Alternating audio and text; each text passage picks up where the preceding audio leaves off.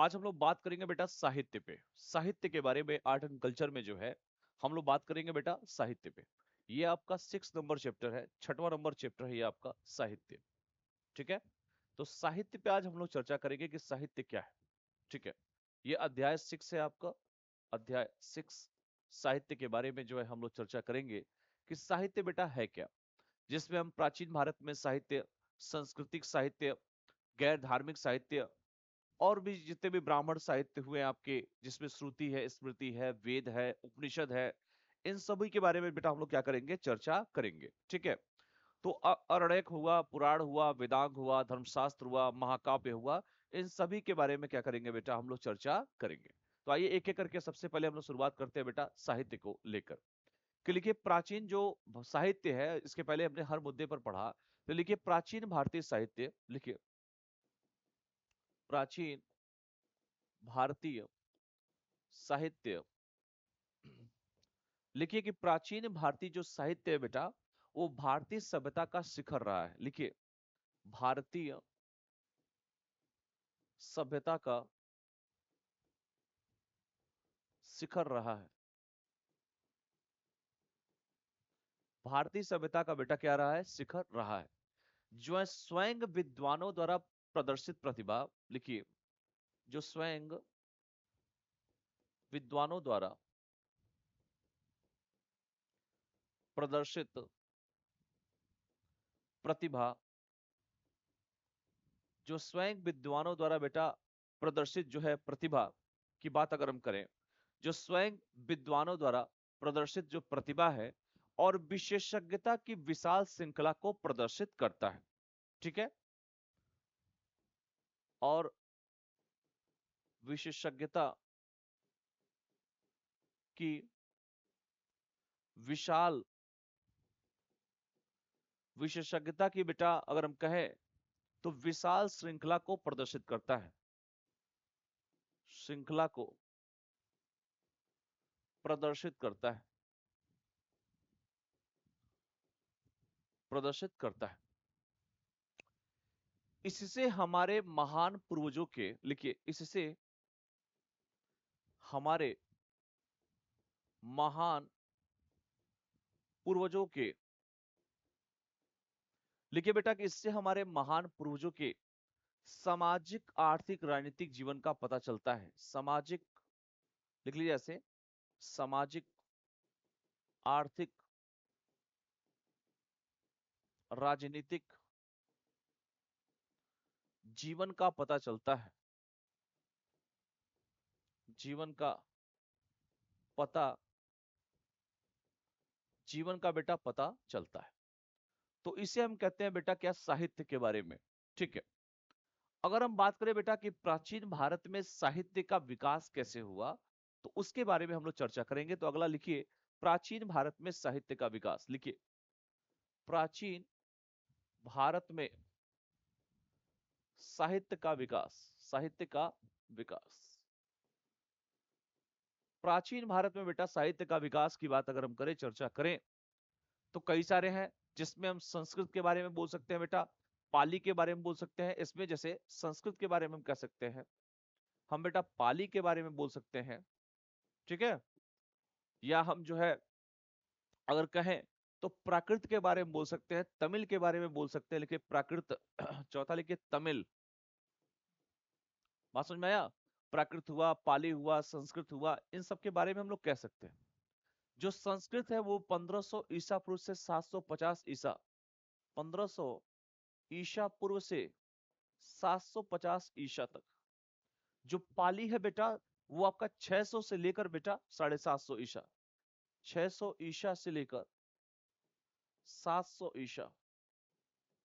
जो आपका प्राकृत है 600 ईसा पूर्व से, लिख लीजिए 750। और जो बेटा तमिल है 350 से लेकर 750, 350 ईसा से लेकर 750 ईसा पूर्व तक। तो ये चार चीजें हैं, इस चारों चीजों के बारे में बेटा आपको क्या करना है, आपको याद रखना है। ये चार चीजें आपको याद रखना है। अगर हम इन चीजों को लेकर चर्चा करें कि संस्कृत साहित्य क्या होता है, तो संस्कृत साहित्य के बारे में याद रखिएगा, इसे दो भागों में बांटा गया है। लिखिए संस्कृत साहित्य, तो संस्कृत जो साहित्य है लिख लीजिए, संस्कृत साहित्य, इसको बेटा दो भागों में बांटा गया, टू डिवीजन किया गया है इसका। संस्कृत साहित्य को दो भागों में, एक लिखिए पूर्व शास्त्रीय संगीत, पूर्व शास्त्रीय संस्कृत, और दूसरा जो पार्ट होगा वो दूसरा पार्ट कौन सा है बेटा, शास्त्रीय संगीत संस्कृत, लिखिए शास्त्रीय।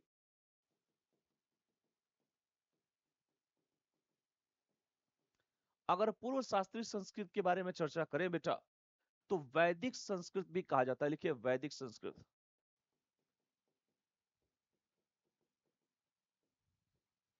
और शास्त्रीय संस्कृत में क्या लिखोगे बेटा, शास्त्रीय संस्कृत में लिख सकते हो, इसके नियम व्याकरण के आधार पर निर्धारित किए गए थे, इसके नियम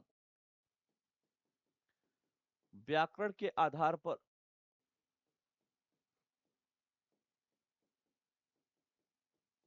निर्धारित किए गए थे।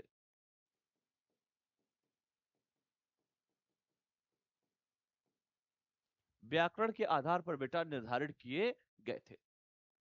संस्कृत का प्रथम व्याकरण, आप सभी जानते भी हैं कि संस्कृत का जो प्रथम व्याकरण है, संस्कृत का लिख लो बेटा प्रथम व्याकरण।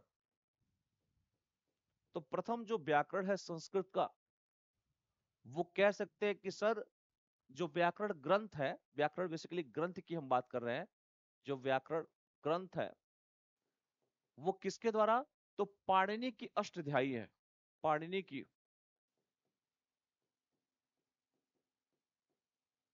पाणिनि की अष्टाध्यायी, पाणिनि की क्या है बेटा, तो पाणिनि की क्या है, अष्टाध्यायी। तो ये चीजें हम बात कर सकते हैं, इन चीजों पे हम संवाद भी कर सकते हैं। तो ये हम लिखेंगे पाणिनि की बेटा अष्टाध्यायी, बात समझ में आया? इसके बाद हम हेडिंग देंगे बेटा गैर धार्मिक या धर्म निरपेक्ष, लिखिए गैर धार्मिक,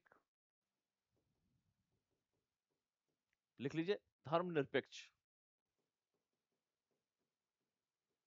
इसके बारे में क्या लिखेंगे, तो पहला नाटककार और उसका योगदान हम लिखेंगे, जैसे अश्वघोष।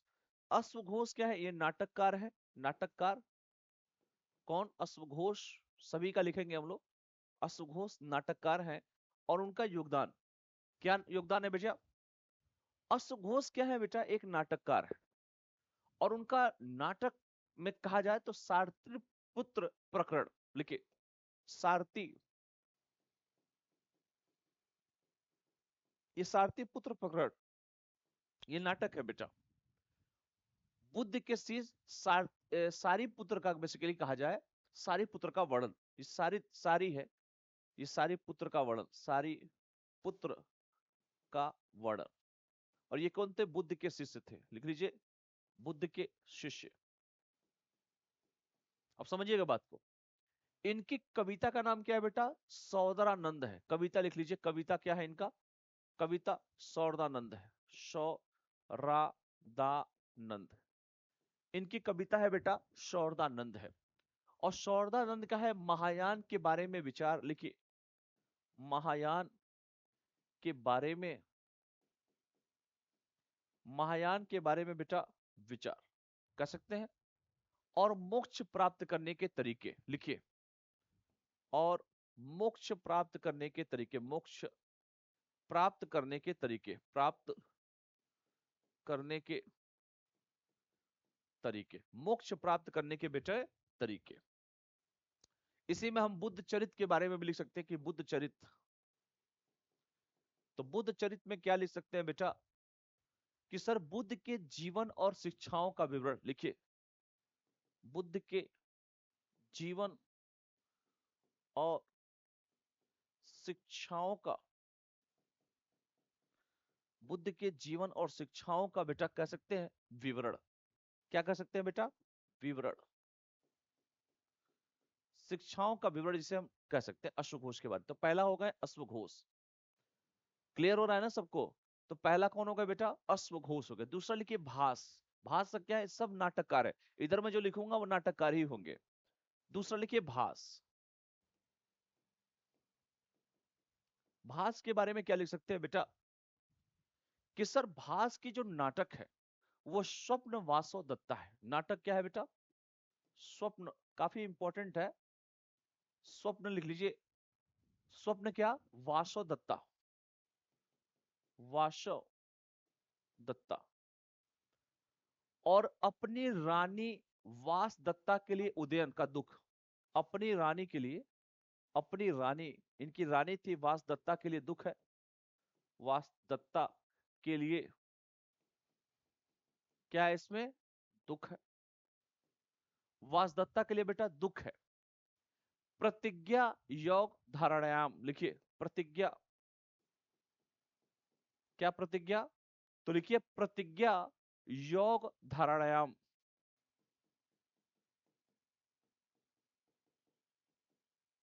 धारणायाम लिख सकते हैं। प्रघोत द्वारा वत्स राजा उदयन को, प्रघोत द्वारा वत्स राजा उदयन को, वत्स राजा बेटा उदयन को बंदी बनाने पर आधारित है। किस पे बेटा? बंदी बनाने पर, बंदी बनाने पर आधारित। क्लियर है? तो ये भास के बारे में भी लिख सकते हैं। और भी लिखिए कि हरिवंश या बाल चरित्र, हरिवंश या बाल चरित्र लिखा होगा आप लोगों ने। हरिवंश या बाल चरित्र, इसमें क्या लिखवाया गया है कि महाभारत से पहले की घटनाओं तक श्री कृष्ण का इतिहास। महाभारत के पहले की घटनाओं, महाभारत के पहले की घटनाओं तक श्री कृष्ण का इतिहास, तक श्री कृष्ण का इतिहास,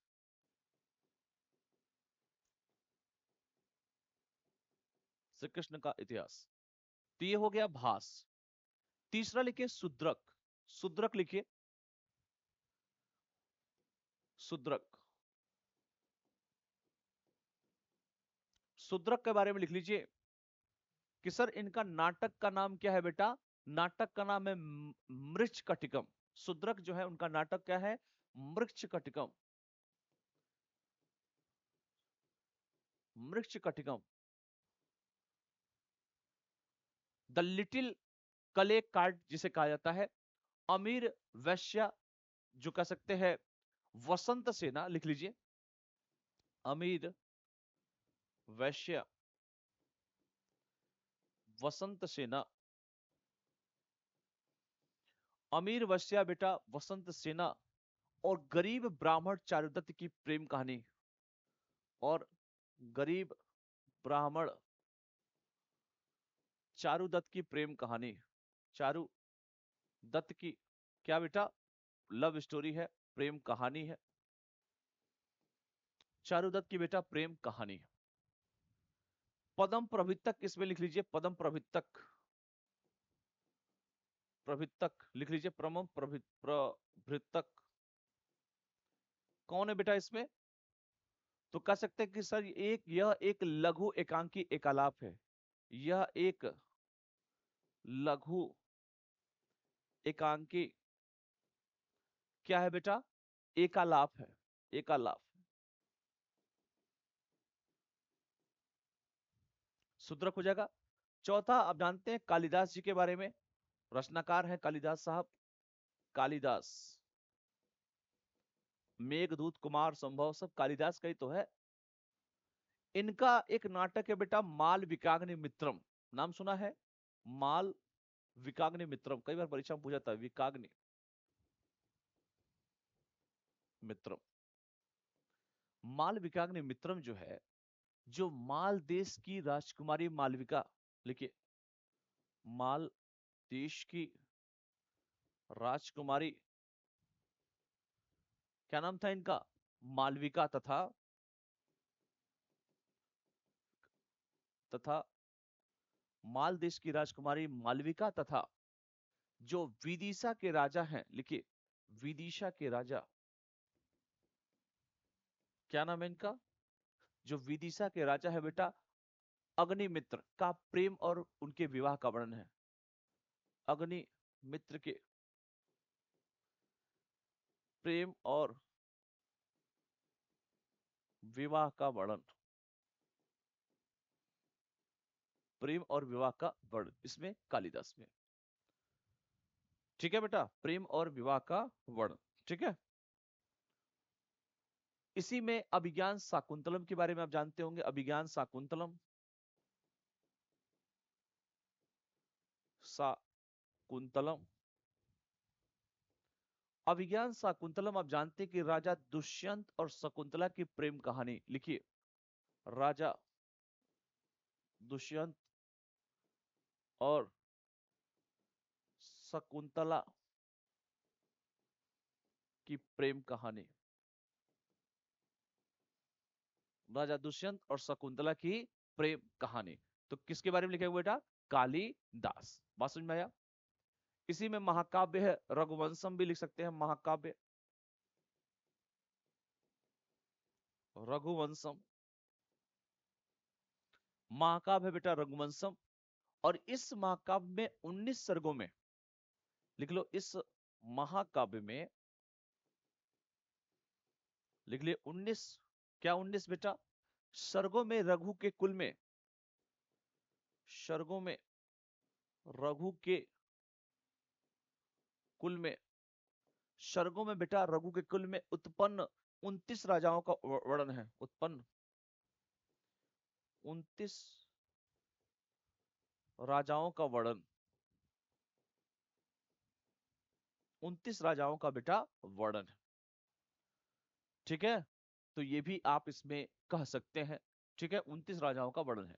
आप जानते हैं कि यही कालिदास साहब है जिनका मेघदूतम है, कालिदास जी का मेघदूतम, बादल के बारे में लिखते हैं मेघदूतम। मानसून का वर्णन किया गया है। समझ रहे हो कितना? सोचिए, जो नोकिया में एमएमएस आज आ रहा है, सोचिए कालिदास तो पहले की बात करते हैं। मानसून का वर्णन लिखिए, मानसून का वर्णन। सोचिए कालिदास कितना प्रो लेवल का पहले का सोचे होंगे कि ऐसा भी हो सकता है। पिछड़े प्रेमियों के बीच संदेशवाहक के रूप में लिखे, बिछड़े, बिछड़े लिखे प्रेमियों के बीच, जो बिछड़ गए हैं प्रेमी, प्रेमियों के बीच संदेशवाहक, बिछड़े प्रेमियों के बीच संदेशवाहक के रूप में मानसूनी बादलों की कल्पना की गई है। वाहक के रूप में मानसूनी बादलों की कल्पना की गई है, कल्पना की गई, मानसूनी बेटा बादलों की कल्पना की गई है। कुमार संभव के बारे में लिखिए, इसी में कुमार संभव, कुमार संभव, कुमार संभव भी कालिदास साहब का ही है। शिव और पार्वती के पुत्र कुमार के जन्म की कहानी लिखिए। शिव और पार्वती के पुत्र कुमार, शिव और बेटा पार्वती के पुत्र कुमार के जन्म की कहानी, के जन्म की कहानी, कुमार के जन्म की बेटा कहानी। अगला लिखिए बेटा हर्षवर्धन। लिखिए हर्षवर्धन साहब के बारे में। आप सभी जानते हैं राजा हर्षवर्धन कितना प्रतापी राजा थे। हर्षवर्धन, राजा हर्षवर्धन की तो जो अभी अ, जो प्रयागराज में जो इस बार महाकुंभ मनाया गया, तो हर्षवर्धन तो हर साल करवाते थे। नाटक लिख लीजिए रत्नावली। इनकी नाटक का नाम क्या है बेटा? रत्नावली, रत्नावली। इनका नाटक क्या है? रत्नावली। राजकुमारी रत्नावली की प्रेम कहानी, ये राजकुमारी थी रत्नावली जी, राजकुमारी की प्रेम कहानी, प्रेम कहानी। प्रियदर्शिका महाराजा दृढ़वर्मा की पुत्री थी। प्रियदर्शिका लिख लीजिए, प्रियदर्शिका। प्रियदर्शिका कौन थी? महाराजा दृढ़वर्मा की पुत्री, महाराजा दृढ़वर्मा की पुत्री, दृढ़वर्मा की पुत्री प्रियदर्शिका तथा वत्सराज उदयन की प्रेम कथा। प्रियदर्शिका तथा वत्सराज उदयन की प्रेम कथा। प्रेम होना जरूरी है बेटा, सुकून है, आनंद है, प्रेम का एक अलग स्वाग होता है। तीसरा देखिए नागानंद, नागानंद, ये सब अलग अलग है बेटा, ठीक है। तीसरा लिखिए नागानंद, इसी में नागाओं को बचाने के लिए लिखिए, नागाओं को बचाने के लिए, लिख लो भाई, नागाओं को बचाने के लिए जीमूत वाहन के आत्म बलिदान की कथा, जीमूत वाहन के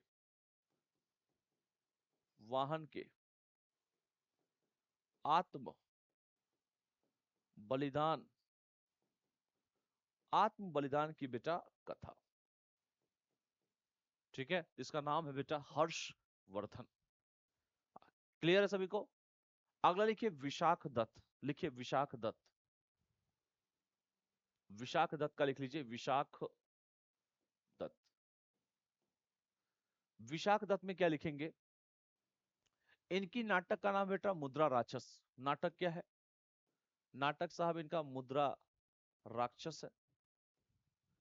इनकी नाटक का नाम है मुद्रा राक्षस। राजा चंद्रगुप्त मौर्य के सिंहासन पर बैठने की कहानी, राजा चंद्रगुप्त मौर्य के सिंहासन पर बैठने की कहानी, बैठने की बेटा, बैठने की क्या, तो बैठने की कहानी। और लिख लीजिए, इसका अंग्रेजी में माइकल कार्लसन द्वारा, लिखिए इसका अंग्रेजी में माइकल कार्लसन द्वारा, इसका अंग्रेजी में बेटा माइकल कार्लसन द्वारा रक्षा रिंग के रूप में अनुवाद किया गया था। लिखिए रक्षा रिंग के रूप में, रक्षा रिंग के रूप में अनुवाद किया गया था, अनुवाद किया गया था। इसी में बेटा एक और आता है देवी चंद्रगुप्तम, लिखिए देवी चंद्रगुप्तम, इसी में लिख लीजिए देवी चंद्रगुप्तम। देवी चंद्रगुप्तम के बारे में लिखिए कि गुप्त राजा रामगुप्त द्वारा, लिखिए गुप्त राजा रामगुप्त द्वारा, बेटा गुप्त राजा रामगुप्त द्वारा अपनी पत्नी को शक आक्रमणकारी के सामने, अपनी पत्नी को, अपनी पत्नी को शक आक्रमणकारी के सामने, शक लिख लो बेटा, आक्रमणकारी के सामने अपनी पत्नी को शक आक्रमणकारी के सामने प्रस्तुत करने की कहानी। सोचिए, प्रस्तुत, लिखिए करने की कहानी। तो ये है विशाख दत्त का। इसके बाद लिखिए बेटा भावभूति, एक नाटककार है भावभूति साहब, भावभूति साहब एक नाटककार है, लिख लीजिए इनके बारे में। नाटक है मालती माधव, लिखिए नाटक कौन है, मालती माधव, मालती माधव, हे माधव, मालती माधव। इसमें पद्मावती के राजा की पुत्री, लिखिए इसमें पद्मावती के, लिख लो बेटा कि इसमें पद्मावती के राजा की पुत्री मालती तथा राजा की पुत्री मालती तथा राजा की पुत्री बेटा मालती तथा विदर्भ राज्य के आमत्य के पुत्र, लिखिए विदर्भ राज्य के आमत्य के पुत्र, विदर्भ राज्य के बेटा आमत्य के पुत्र माधव की प्रेम कथा है, आमत्य के पुत्र माधव की प्रेम कथा, प्रेम कथा। इसी में लिख लीजिए बेटा माधव की प्रेम कथा। इसी में लिख लीजिए बेटा महावीर चरित, लिखिए महावीर चरित, महावीर चरित। महावीर चरित कौन है भैया? भगवान श्री राम के आरंभिक जीवन की कथा, भगवान श्री राम के आजीवन, भगवान श्री राम के बेटा आरंभिक जीवन की कथा, आजीवन नहीं आरंभिक जीवन की कथा, आरंभिक जीवन की कथा लिख लो, जीवन की कथा, तो महावीर चरित्र उसे कहते हैं। उसके बाद लिखे उत्तर रामचरित्र, राम जी के चरित्र को मानस पटल पर रखना ही क्या है? रामचरित्र मानस। भगवान श्री राम के अयोध्या लौटने की बात की कथा, भगवान श्री राम के अयोध्या लौटने, अयोध्या लौटने के बाद की लिखिए, लौटने के बाद की कथा। ठीक है बेटा, तो ये है भवभूति के बारे में। अगला लिखिए महेंद्र वर्मन, अगला जो होगा लिख लीजिए महेंद्र वर्मन, यह पल्लव शासक थे महेंद्र वर्मन, नाटककार है महेंद्र वर्मन साहब। महेंद्र वर्मन, ये क्या है महेंद्र वर्मन? तो सर ये महेंद्र वर्मन साहब पल्लव शासक है। क्या है ये पल्लव शासक है, पल्लव शासक।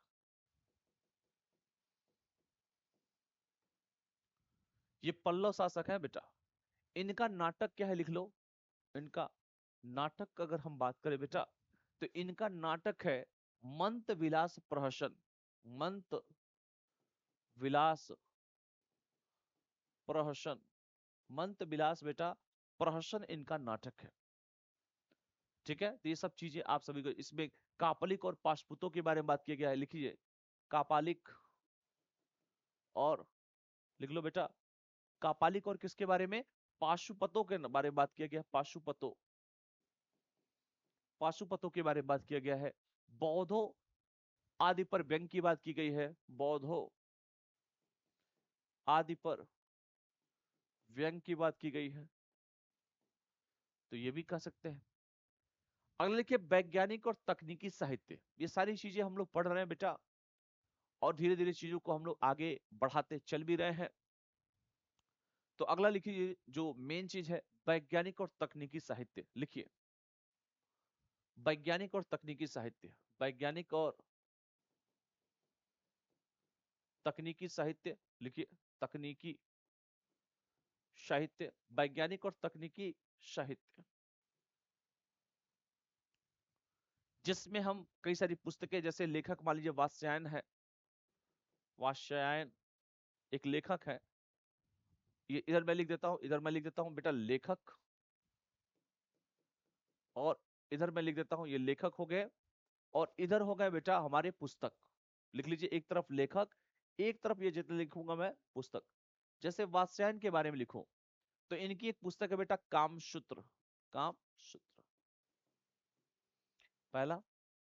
दूसरा लिख लीजिए कात्यायन, वात्स्यायन हो गया तो कात्यायन लिख लीजिए, कात्यायन। कात्यायन किसकी पुस्तक बेटा? तो वर्तिका, इनकी पुस्तक है वर्तिका। तीसरा लिखिए पतंजलि महाभाष्य, लिखिए पतंजलि, पतंजलि लिखिए महाभाष्य। चौथा लिखिए पतंजलि के बाद आर्यभट्ट, लिखिए आर्यभट्टी, आर्यभट्ट लिखिए आर्यभट्टी।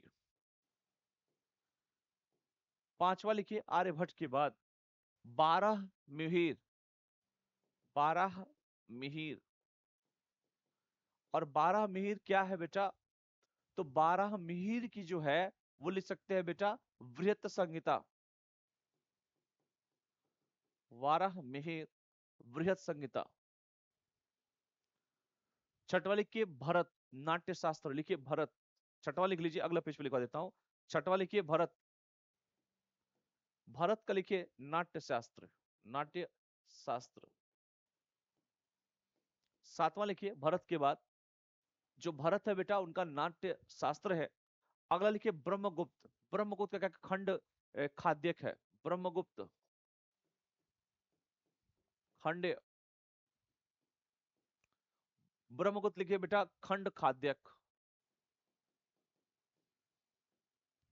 अठवां लिखिए सुश्रुत। सुश्रुत के बारे में क्या लिखेंगे बेटा, तो कह सकते हैं कि सर सुश्रुत संहिता, सुश्रुता संहिता लिख लीजिए, सुश्रुता संहिता, सुश्रुता संहिता। तो ये भी इसके बारे में आप चर्चा परिचर्चा हमसे कर सकते हैं। ठीक है, तो ये भी पॉइंट आप इसमें लिख सकते हैं। कि जितना भी मैंने होलिस्टिक अप्रोच के साथ आप सभी के साथ इतना चर्चा किया, चाहे लेखकों के बारे में चाहे किताबों के बारे में, हम हर मुद्दे पर बेटा आपसे संवाद आपसे बात हम कर रहे हैं। और ये पेपर में जितना मैं पढ़ा रहा हूँ ना, सारा पेपर में बेटा आपसे पूछा जाता है। जितना मैं पढ़ा रहा हूँ ये अधिकतर क्वेश्चन बेटा आपसे परीक्षा में पूछे जाते हैं। तो वो भी आप सभी को क्या करना है बेटा, वो सभी चीजें आपको याद भी रखना चाहिए। ठीक है, वो सभी चीजें आप सभी को, क्योंकि मैं जितना भी इसमें पढ़ा रहा हूँ ये सभी जो है काफी इंपॉर्टेंट है, और आपके पेपर में बेटा इससे क्वेश्चंस आपसे पूछे जाते हैं। ठीक है, अगला लिखिए ब्राह्मण साहित्य। ब्राह्मण साहित्य इसमें दो है, एक श्रुति है एक स्मृति है। ब्राह्मण साहित्य में दो है, एक है श्रुति एक है स्मृति। एक है बेटा श्रुति और एक है बेटा स्मृति। दो ही है, एक श्रुति एक स्मृति है। श्रुति मतलब 1500 ईसा पूर्व से 600 ईसा पूर्व, लिखिए 1500 ईसा पूर्व से 600 ईसा पूर्व तक।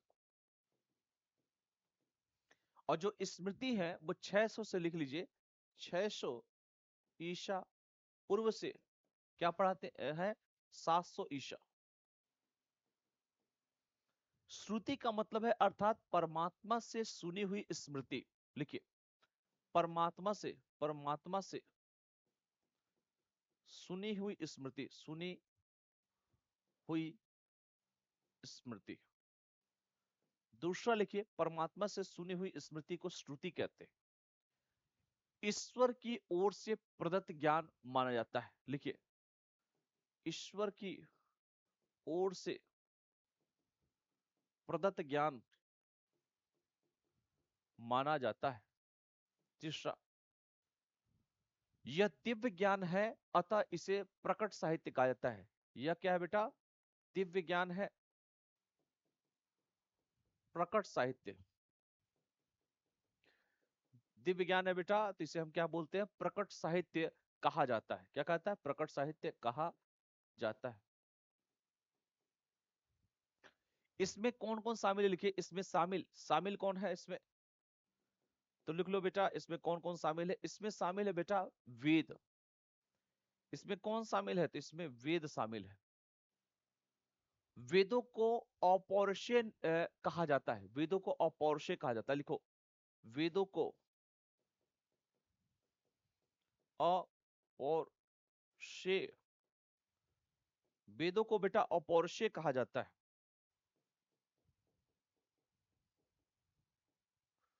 वेदों को बेटा अपौरुषेय कहा जाता है। बात समझ में आया, याद रखिएगा। स्मृति में क्या लिखेंगे, स्मृति का अर्थ सुनकर याद किया गया, सुनकर याद किया गया, किसी की स्मृति सुनकर याद किया गया, यही कहा जाता है। इसमें धर्मनिरपेक्ष पक्ष भी शामिल है। धर्मनिरपेक्ष पक्ष शामिल, पक्ष क्या है बेटा, शामिल है। और क्या लिखोगे, वेदांग धर्मशास्त्र नीति शास्त्र सब शामिल है। वेदांग है, धर्मशास्त्र है, नीति शास्त्र है, ये सब इसमें बेटा शामिल होते हैं। तो दो तरह के हैं, इन दोनों को याद रखिएगा, दोनों पेपर में आपसे पूछे जाते हैं। ठीक है, ये काफी इंपॉर्टेंट है और ये आपसे पेपर में बेटा ये सब क्वेश्चंस पूछे जाते हैं। जैसे अगर हम बात करें बेटा, जैसे दो चीजें हमने कहा ना कि जैसे वेद क्या है, वेद में जैसे हम कहते हैं कि किसी एक पुस्तक या चार पुस्तकों का प्रतिनिधित्व करने करके चार भागों का प्रतिनिधित्व करते हैं। ये बात समझ में आया।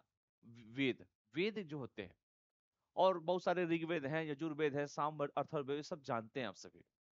ठीक है, वेद ऐसा माना जाता है, वेद के बारे में लिख लीजिए, वेद चार वेद है, सब जानते हैं, जो मेन मेन चीजें बोलते। वेद ऐसा माना जाता है इन्हें भगवान ब्रह्मा ने उत्पन्न किया है, भगवान ब्रह्मा ने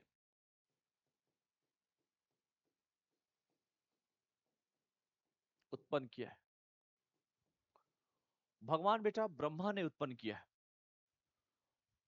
और इसमें जो अगर हम बात करें, चूंकि कई सारे वेद है, ऋग्वेद है, यजुर्वेद है, सामवेद है, अथर्ववेद में, तो सबसे पहले लिखिए ऋग्वेद।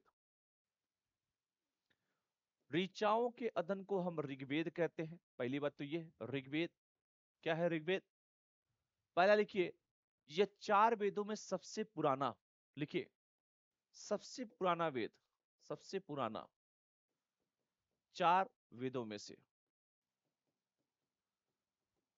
पहला तो ये हो गया, सबसे पुराना है चार वेदों में से।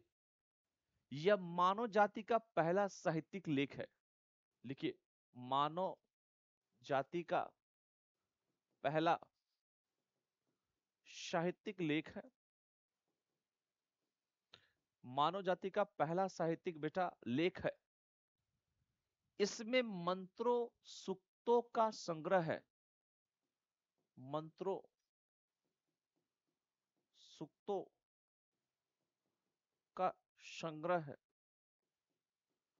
मंत्रों सूक्तों का बेटा संग्रह है, जो जीवन मृत्यु सृजन, लिखिए जो जीवन मृत्यु सृजन विश्व समृद्धि,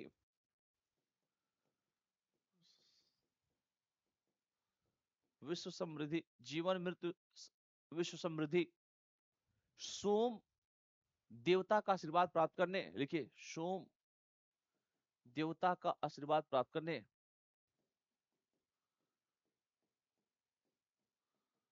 प्राप्त करने और प्राकृतिक सुंदरता पर जोर देते हैं, और प्राकृतिक सुंदरता पर जोर देते हैं। लिख सकते हैं, यह संस्कृत भाषा ब्राह्मी लिपि में लिखा गया है, लिखिए संस्कृत भाषा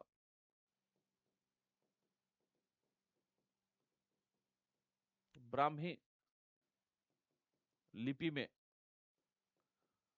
लिखा गया है। संस्कृत भाषा बेटा ब्राह्मी लिपि में ये लिखा गया है, ये भी कह सकते हैं।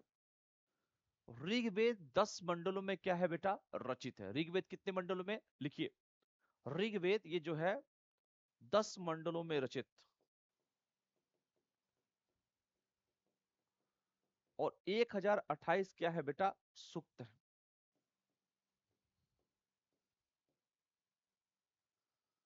सूक्त मतलब स्रोतों का संग्रह है, सूक्त मतलब स्रोतों का संग्रह।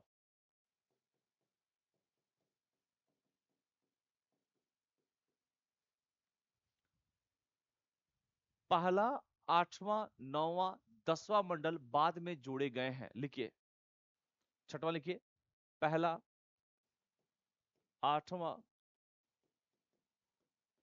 पहला हुआ, आठवां हुआ, नौवां हुआ, लिखिए 10वां हुआ मंडल बाद में जोड़े गए हैं, बाद में बेटा जोड़े गए हैं। दूसरे से लेकर सातवें मंडल सबसे पुराने हैं, लिखिए सेकेंड टू सेवन मंडल सबसे पुराने, सबसे पुराने हैं। और इन्हें गोत्र वंश मंडल के नाम से भी जाना जाता है, और इन्हें गोत्र वंश मंडल के नाम से भी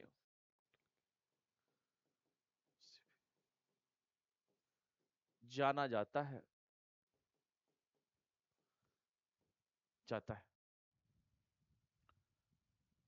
और भी लिख लीजिए, ऋग्वेद में कौन कौन से वर्णित देवता है, लिखिए ऋग्वेद में वर्णित देवता, लिखिए ऋग्वेद में वर्णित देवता, कौन कौन से देवता लिख लीजिए। पहला जो देवता है बेटा वो इंद्र है, मुख्य देवता है। इंद्र क्या है बेटा? मुख्य देवता। इंद्र मुख्य देवता है बेटा। आदित्य, आदित्य मतलब सूर्य होता है। आदित्य का मतलब सूर्य। लिखिए आदित्य कौन है? सूर्य है। वरुण कौन है? जल के देवता है। लिखिए वरुण, ये जल के देवता है बेटा, ये जल के देवता है। अग्नि, वायु सब है इसमें। अग्नि है आपके, वायु, वायु जानते हैं, वायु मतलब वायु देवता। लिखिए वायु देवता। रुद्र है, रुद्र किस रूप में आते हैं? तूफान के देवता है रुद्र, तूफान के। ठीक है, तो ये आप लिख सकते हैं बेटा ऋग्वेद में। ये सब किस में लिखेंगे बेटा? ये लिखेंगे आप ऋग्वेद में। बात समझो, ये जितना बता रहा हूं ये सब लिखेंगे आप ऋग्वेद में। अगला लिखिए, ये भी कह सकते हैं कि इसी में जो है आठवें मंडल की रचना का श्रेय, लिखिए इसी में लिखिए आठवें मंडल की रचना का श्रेय, जो आठवें मंडल है बेटा उसकी रचना का श्रेय किसे जाता है? कौरव वंश और अंगिरा, कौरव वंश। लिखिए कौरव जो वंश और अंगिरा ऋषियों को दिया गया है, और अंगिरा ऋषियों को। नवा मंडल, लिखिए नवा जो मंडल है बेटा, नवा मंडल, तो भैया नौवा जो मंडल है वो सोम भगवान को समर्पित है। लिखिए सोम भगवान को समर्पित, सोम भगवान को समर्पित है। वैदिक धर्म के पवित्र भाग की शुद्धि की बात की गई है। वैदिक धर्म के पवित्र भाग की शुद्धि। 10वां मंडल लिखिए, इसमें नदी सूक्त की बात की गई है। 10वां मंडल, 10वां मंडल नदी सूक्त। 10वां मंडल लिख लीजिए बेटा, नदी सूक्त की बात की गई, जिसमें नदियों की स्तुति की बात की गई है। लिखिए नदियों की स्तुति।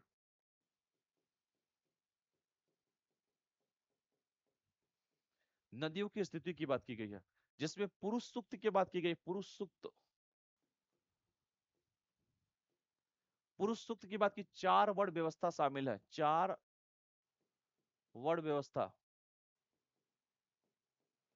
शामिल, 4 वर्ण व्यवस्था शामिल है। सूर्य सूक्त लिखिए, विवाह के मंत्र। सूर्य सूक्त लिख लीजिए, विवाह के मंत्र। विवाह के जो मंत्र है सूर्य सूक्त है। नासदी सूक्त लिखिए, नासदी सूक्त, सूक्त, नासदी सूक्त। नासदी जो सूक्त है बेटा, ब्रह्मांड के निर्माण की संकल्पना के निर्माण की संकल्पना, ब्रह्मांड के निर्माण की बेटा संकल्पना की बात की गई है। जो ब्राह्मण है, लिखिए ब्राह्मण, ब्राह्मण दो है बेटा, ऐत्रेय। लिख लो बेटा, ब्राह्मण जो है बेटा ऐत्रेय और कौशितकी,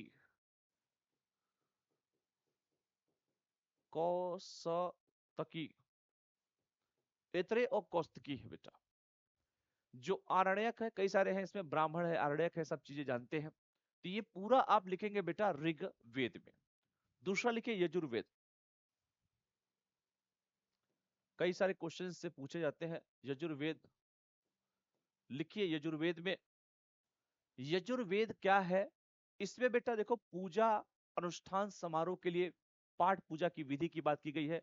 लिखिए पूजा अनुष्ठान समारोह के लिए, समारोहों के लिए, पूजा अनुष्ठान समारोह के लिए किसकी बात की गई है? लिख लीजिए अनुष्ठान समारोह के लिए बेटा पाठ पूजा की विधि। लिखिए पाठ पूजा की विधि, पाठ पूजा की विधि की बात की गई है। सूक्त और मंत्रों का संग्रह है, लिखिए सूक्त और मंत्रों का संग्रह, सूक्त और मंत्रों का संग्रह है।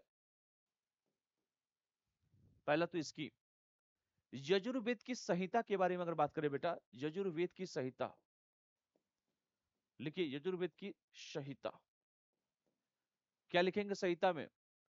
वाजस नेयी संहिता, वाजस, वाजस नेयी संहिता, वाजस नेयी संहिता और तैतरीय संहिता, और तैतरीय संहिता, तैतरीय संहिता, यह दो भागों में बेटा विभक्त है। ये जो है, यह लिख लो, दो भागों में विभक्त है। यह बेटा दो भागों में विभक्त है। पहला लिखिए कृष्ण यजुर्वेद, दूसरा शुक्ल यजुर्वेद। ये दो भागों में विभक्त है। एक लिखो कृष्ण यजुर्वेद, लिख लो कृष्ण यजुर्वेद, और दूसरा लिख लो बेटा शुक्ल यजुर्वेद।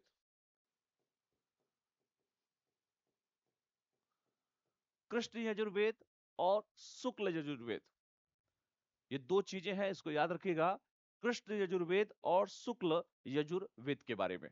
ठीक है, लिखिए जो बेटा कृष्ण यजुर्वेद है, कृष्ण यजुर्वेद है, यजुर्वेद है, तो कृष्ण यजुर्वेद जो है हमारा बेटा, याद रखिएगा, इसमें इस संहिता के भीतर अगर कहा जाए, ब्राह्मण गद चर्चा शामिल है। ब्राह्मण गद चर्चा शामिल, ब्राह्मण गद चर्चा शामिल है इसमें। इसका कोई ब्राह्मण ग्रंथ नहीं है, लिखिए इसका कोई ब्राह्मण ग्रंथ नहीं है। कृष्ण यजुर्वेद हो गया। दूसरा लिखिए शुक्ल यजुर्वेद, शुक्ल यजुर्वेद। शुक्ल यजुर्वेद में आप जानते हैं बेटा, क्रमबद्ध व अस्पष्ट छंद हैं, लिखिए क्रमबद्ध और अस्पष्ट छंद, क्रमबद्ध और अस्पष्ट बेटा क्या है? छंद है। बाद में वाजस नए नामक विद्वानों ने, लिखिए बाद में वाजस नए नामक, लिख लो बेटा, विद्वानों ने, वाजस नए नामक विद्वानों ने व्याख्यात्मक भाग को छंद से अलग कर दिया।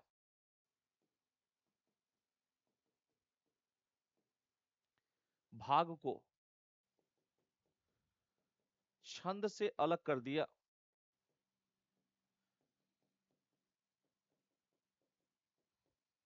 छंद से बेटा अलग कर दिया। इसका पृथक ब्राह्मण शतपथ है। इसका पृथक अगर कहा जाए बेटा, तो ब्राह्मण शतपथ है। ब्राह्मण कौन है बेटा? शतपथ। ठीक है, अब लिखिए ब्राह्मण।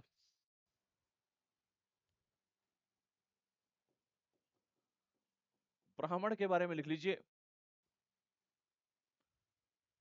तैतरीय और शतपथ, लिखिए तैतरीय व शतपथ दो हैं। इसमें उपनयन कृषि अनुष्ठानों का संदर्भ है, लिखिए इसमें उपनयन कृषि अनुष्ठानों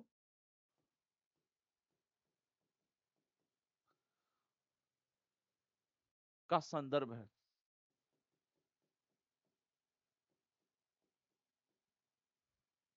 और अड़यक लिख लीजिए,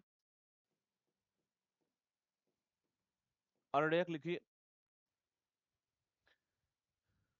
तैतरीय और शतपथ, लिखिए तैतरीय और शतपथ ये भी लिख लीजिए। ऋग्वेद हो गया बेटा, यजुर्वेद हो गया, अब आएगा संगीत धुनों वाला सामवेद, लिखिए सामवेद।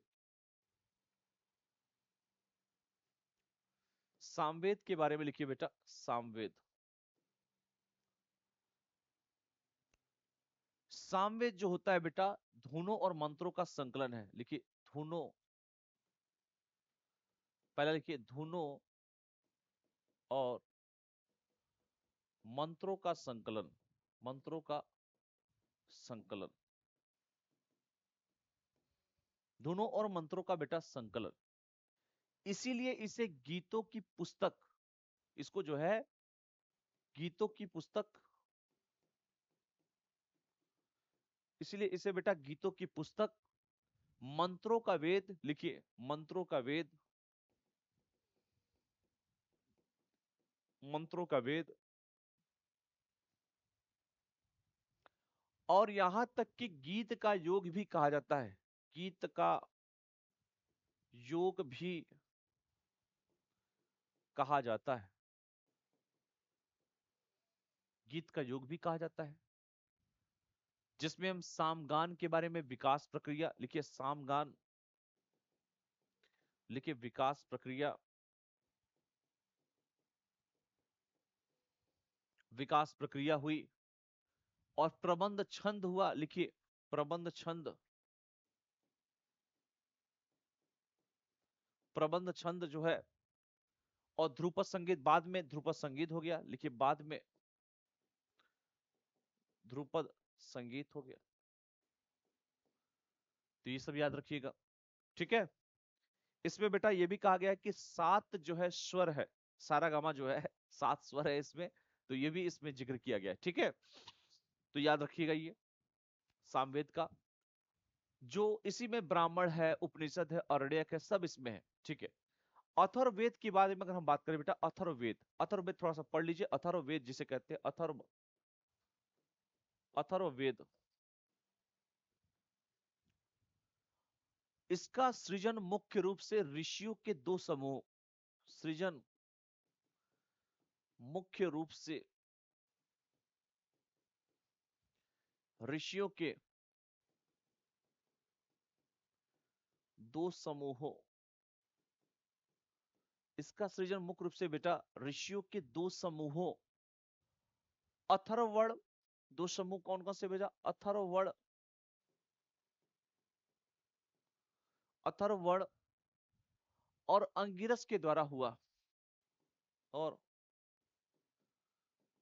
अंगिरस के द्वारा, अंगिरस के द्वारा हुआ, इसलिए इसका नाम अथर्व अंगिरस पड़ा, इसीलिए जो है नाम अथर्व अंगिरस पड़ा, अथर्व अंगिरस पड़ा बेटा। अंतिम वेद, इसे जादुई सूत्रों का वेद कहा जाता है, ये अंतिम वेद है जादुई सूत्रों का, अंतिम वेद है इसीलिए इसे जादुई सूत्रों का वेद कहा जाता है।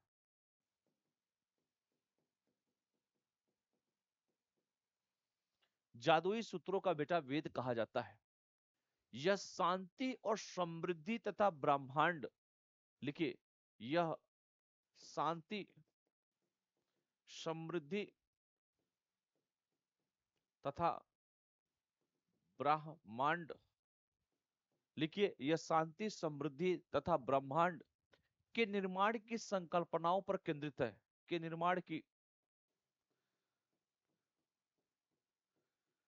संकल्पनाओं पर केंद्रित है, संकल्पनाओं पर बेटा ये केंद्रित है। दीर्घ काल तक यह वेदों में शामिल नहीं था, लिखिए दीर्घ काल तक यह वेदों में शामिल नहीं था, तो इसे कहते हैं बेटा अथर्व वेद कहते हैं। इसका ब्राह्मण कौन है, गोपथ है, ब्राह्मण लिख लीजिए, गोपथ है, ब्राह्मण, कौन है बेटा? गोपथ। ब्राह्मण कौन है? तो गोपथ है। तो ये सारी, अच्छा, मुंडका उपनिषद जो है, इसी से लिया गया मुंडका उपनिषद, या मांडुक उपनिषद, या प्रश्न उपनिषद, ये भी लिख सकते हैं उपनिषद। जो मुंडका उपनिषद है, मुंडक उपनिषद, क्लियर है? तो ये अथर्ववेद भी बेटा इसमें आप इंक्लूड इसको कर सकते हैं। ठीक है। अगर हम बात करें बेटा उपनिषद के बारे में, उपनिषद क्या है, व्हाट इज उपनिषद? उपनिषद के बारे में अगर हम चर्चा करें, उपनिषद ये तो गुरु शिष्य परंपरा के बारे में जिक्र करता है उपनिषद। तो कह सकते हैं कि सर गुरु शिष्य परंपरा पर आधारित शिक्षा है। लिखिए, गुरु शिष्य परंपरा पर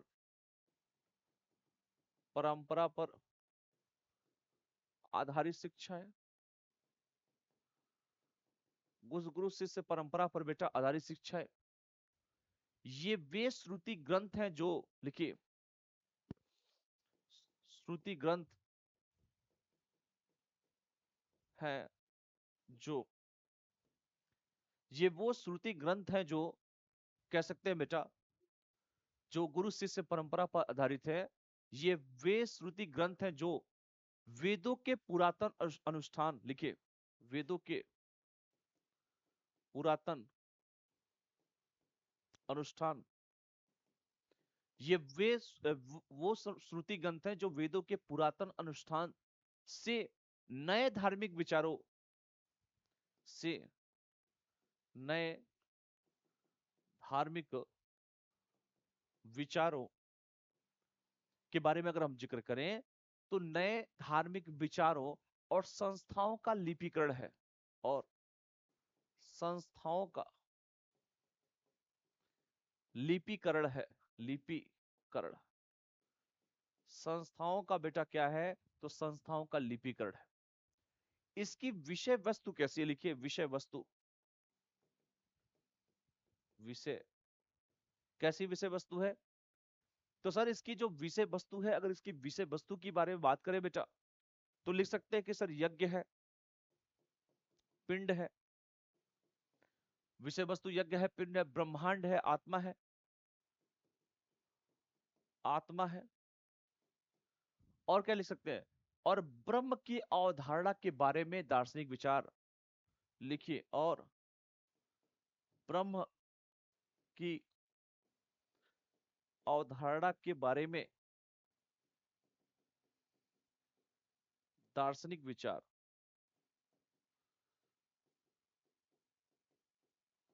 ठीक है, तो ये उपनिषद के बारे में बेटा ये सब आप चीजों को लिखना है। ठीक है, दार्शनिक विचार, बात समझ में आया? तो ये चीजें आपको विषय वस्तु में लिखना है। आदर्श वाक्य क्या है इसका? लिखिए, आदर्श वाक्य,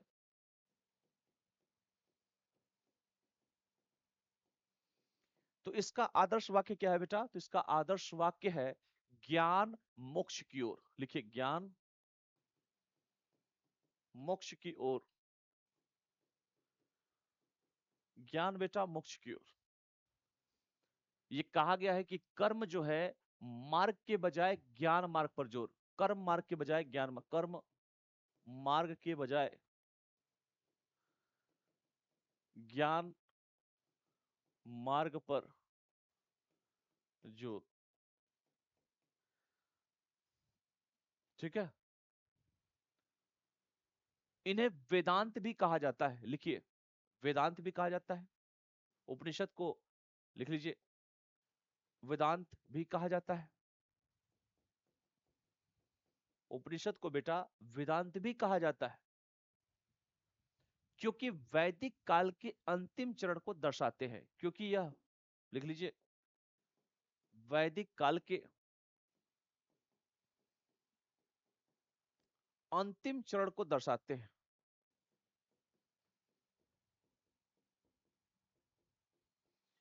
वैदिक काल के बेटा अंतिम चरण को दर्शाते हैं, इसलिए इन्हें वेदांत कहा जाता है। और वेदों के अंतिम उद्देश्य को प्रकट करते हैं। वेदों के अंतिम उद्देश्य को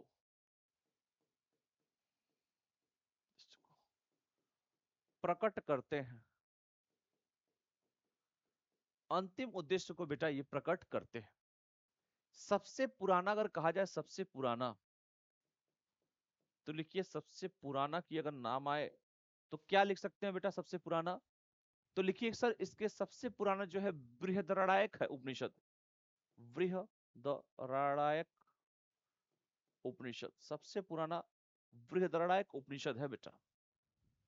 छांदोग्य उपनिषद भी लिख लीजिए, छांदोग्य उपनिषद, छांदोग्य उपनिषद, ये दो इसका नाम लिख लीजिए, सबसे पुराना है। बात समझे हो? कुल 108 उपनिषद हैं, लेकिन केवल 12 ही उपलब्ध है। लिखिए कुल 108 उपनिषद,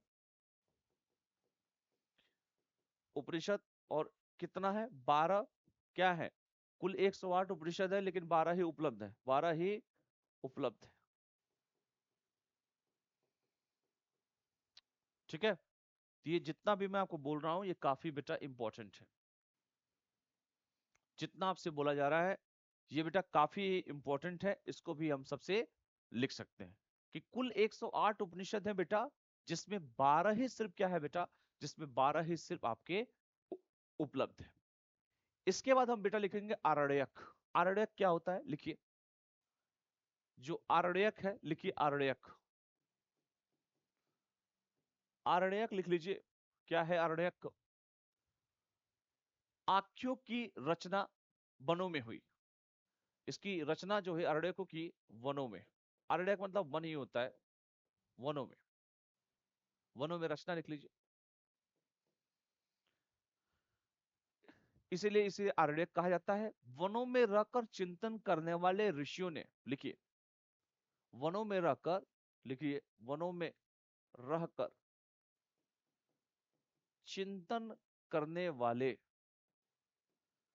वनों में रहकर चिंतन करने वाले ऋषियों, वनों में रहकर बेटा चिंतन करने वाले ऋषियों ने वैदिक कर्म कांडवाद से, वैदिक कर्म कांड वाद से, वैदिक बेटा कर्मकांडवाद से पृथक रहकर उस, उनमें दार्शनिक तत्व खोजे गए।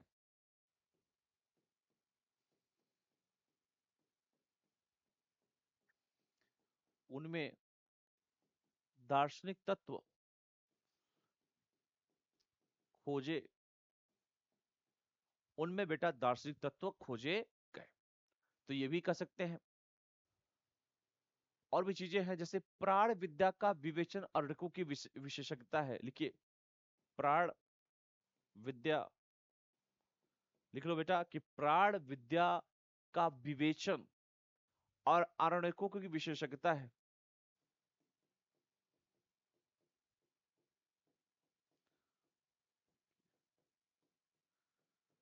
विशेषता है,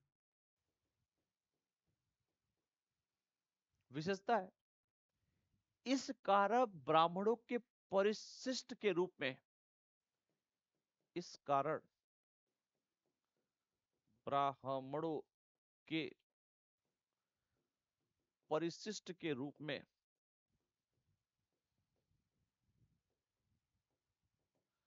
ब्राह्मणों के बेटा परिशिष्ट के रूप में विकसित आर्यों में,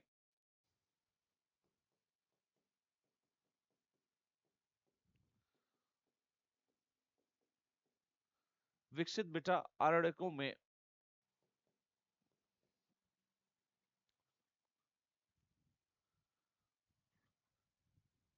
क्या लिख सकते हैं बेटा, यज्ञ के अंतर्गत, लिखिए यज्ञ के अंतर्गत, यज्ञ के अंतर्गत अध्यात्मवाद का प्लवन किया गया। लिखिए अध्यात्मवाद का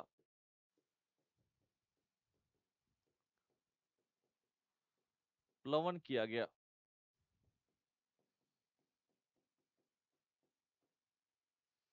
तो ये भी बात इसमें बेटा हम लोग इसमें कह सकते हैं, अध्यात्मवाद का बेटा प्लवन किया गया। ठीक है, ये सब चीजें इसमें लिख सकते हैं। तो मैं ये सारी चीजें जो है अर्डको में जो है आपको लिखना है, बहुत सारी चीजें जो है अर्डको में इसमें लिखना है। चलिए इसके बाद हम बेटा पढ़ेंगे वेदांग के बारे में। तो वेदांग क्या है, वेदांग के बारे में हम चर्चा करेंगे। वेदांग, जो वेदांग के बारे में अगर हम चर्चा करें, ठीक है, वेदांग के बारे में, ठीक है, क्या है यार, मतलब हंसाओ मत प्लीज यार, अरिहंत का है, हंसता हुआ चला जाएगा, पहुंच जाएगा। तो मैं हंस देता हूँ ना, अब आते हो तो। लिखे यासक के अनुसार, लिखे यासक के अनुसार, लिखिए यासक के अनुसार, वैदिक अर्थों को समझने में वैदिक अर्थों को समझने में, अर्थों को समझने में, वैदिक अर्थों को बेटा समझने में कठिनाई का अनुभव होने पर, लिखे कठिनाई का अनुभव होने पर निरुक्त तथा अन्य वेदांतों की रचना की गई। निरुक्त तथा अन्य वेदांतों की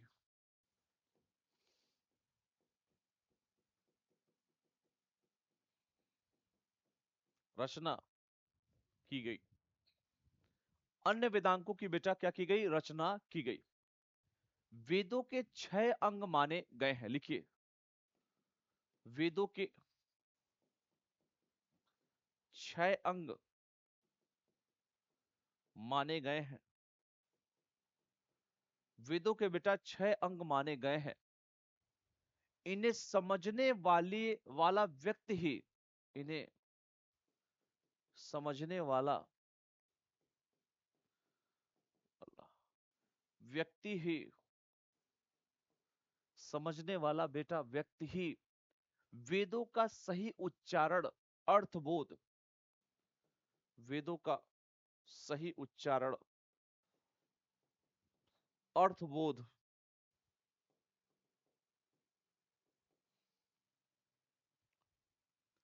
एवं यज्ञ कार्य कर सकता था, एवं यज्ञ कार्य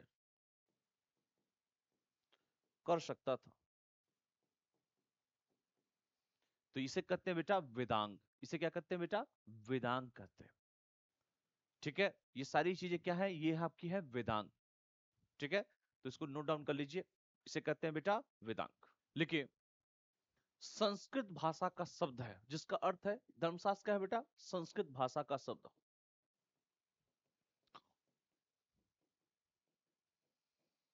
जिसका अर्थ क्या है, लिख लो पवित्र कानून या उचित आचरण का विज्ञान।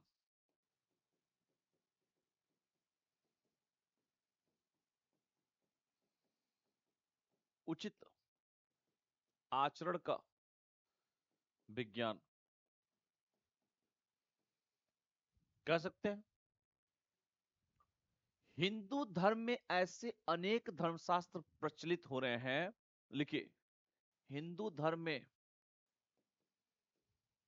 अनेक ऐसे धर्मशास्त्र, हिंदू धर्म में बेटा अनेक ऐसे धर्मशास्त्र प्रचलित रहे हैं, प्रचलित रहे हैं। इनमें से प्रत्येक लेखन के कई अलग अलग, लिखिए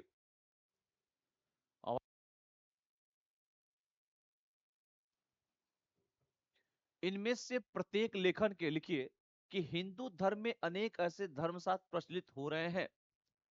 इसके बाद लिखिए इनमें से प्रत्येक लेखन के, इनमें से प्रत्येक लेखन के, इनमें से बेटा प्रत्येक लेखन के कई अलग अलग रूप है, अलग अलग रूप है, रूप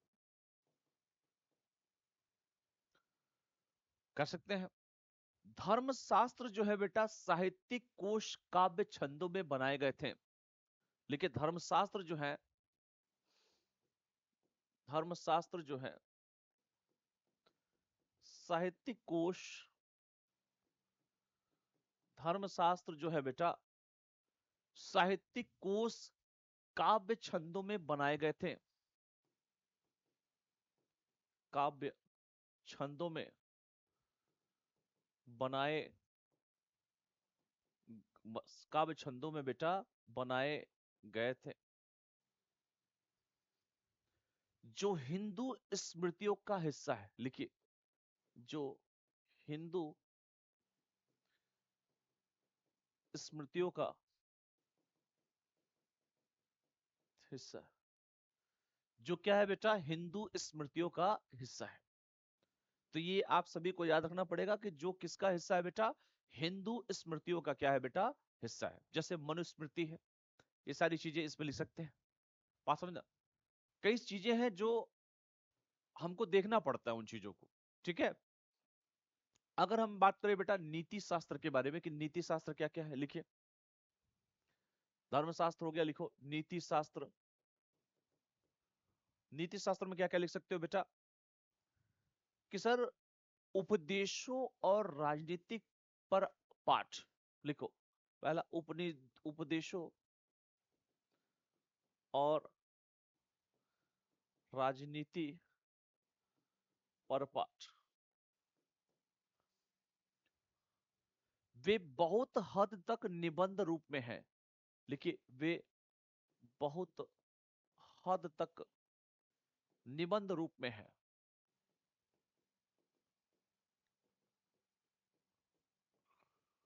हद तक बेटा निबंध रूप में, बहुत हद तक निबंध रूप में है। अपनी प्रकृति में ये धर्मनिरपेक्ष साहित्य है। लिखिए, अपनी प्रकृति में ये धर्मनिरपेक्ष साहित्य है।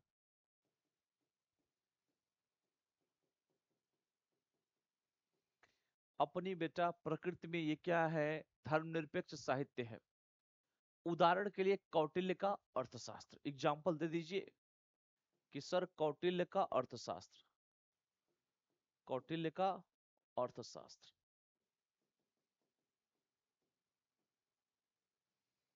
दे सकते हैं।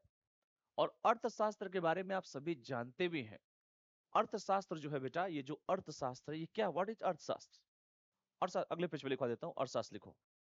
अर्थशास्त्र क्या है, अगर आप ही से मैं पूछूं कि सर अर्थशास्त्र क्या है, कौटिल्य ने जो अर्थशास्त्र लिखी वो क्या है, तो राजनीति और शासन तंत्र पर आचार्य कौटिल्य द्वारा रचित ग्रंथ। राजनीति, पॉलिटिकल, राजनीति, राजनीति और किस पर, शासन तंत्र पर। लिखिए, राजनीति और शासन तंत्र पर आचार्य कौटिल्य द्वारा रचित ग्रंथ। लिखिए, आचार्य कौटिल्य द्वारा रचित ग्रंथ। आचार्य बेटा कौटिल्य द्वारा रचित ग्रंथ, जो 15 अधिकरण और 150 प्रकरण में विभक्त है। जो 15 अधिकरण और 150 किसमें, प्रकरण में विभक्त है, प्रकरण में विभक्त।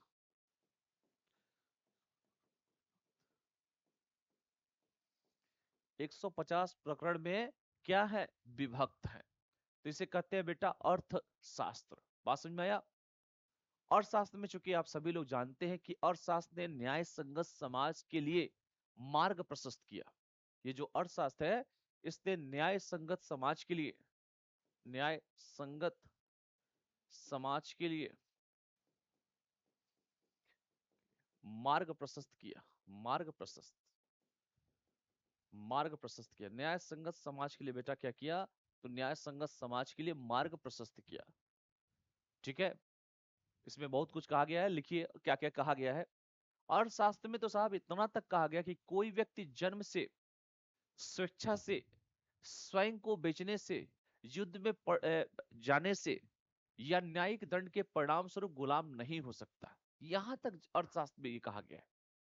ठीक है, तो ये सारी चीजें आपको याद रखनी चाहिए। अगला लिखिए महाकाव्य के बारे में। महाकाव्य, महाकाव्य महाकाव्य में क्या लिखेंगे बेटा कि ये लंबी क्या है, काव्यात्मक, जो कहा सकता है कि ये लंबी कथात्मक कविताएं हैं। पहला, लंबी लंबी कथात्मक कविताएं। लंबी बेटा कथात्मक कविताएं जो एक महान या ऐतिहासिक नायक के कार्यों, जो एक महान ऐतिहासिक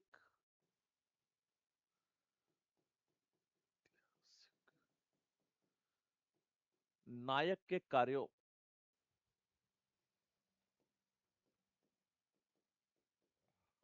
महान ऐतिहासिक बेटा नायक के कार्यों और उसकी बहादुरी के कार्यों का वर्णन करती है, और उसकी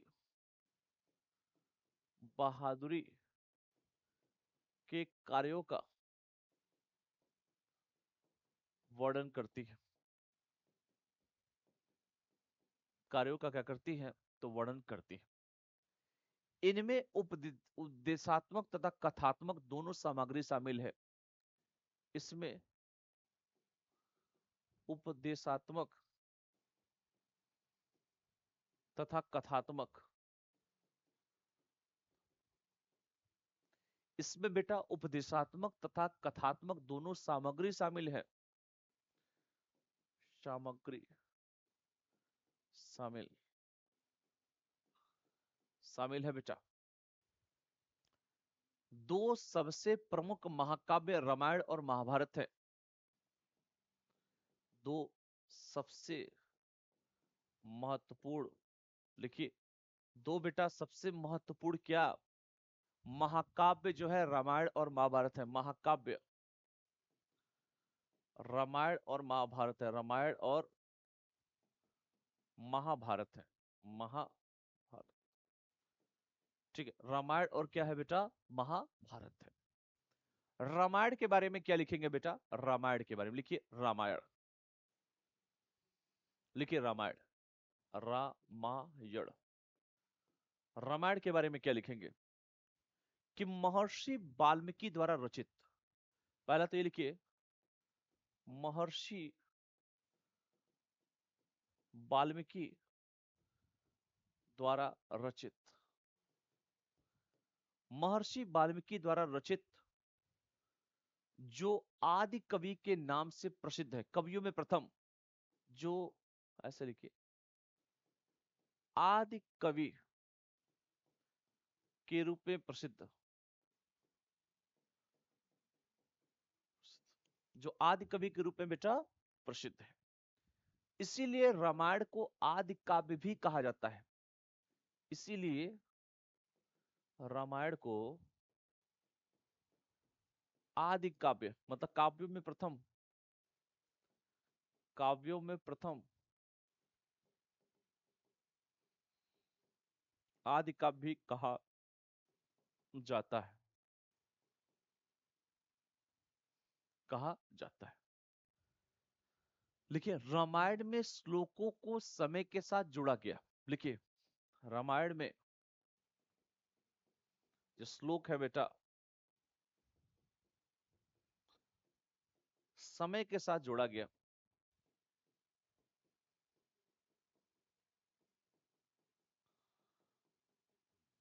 समय के साथ बेटा जोड़ा गया। कुल 7 कांड है, लिखिए कुल बेटा 7 कितने हैं, 7 कांड है। कांड मतलब खंड, यहाँ कांड का मतलब कुछ और मत समझिएगा, कांड मतलब खंड है। 7 बेटा क्या है, खंड है, कुल 7 खंड है। पहला और 7वां नवीनतम माने जाते हैं। पहला और 7वां नया माने जाते हैं, नवीनतम माने जाते हैं। पहला और 7वां बेटा नवीनतम माने जाते हैं। अगला लिखिए रामायण के अनुसार,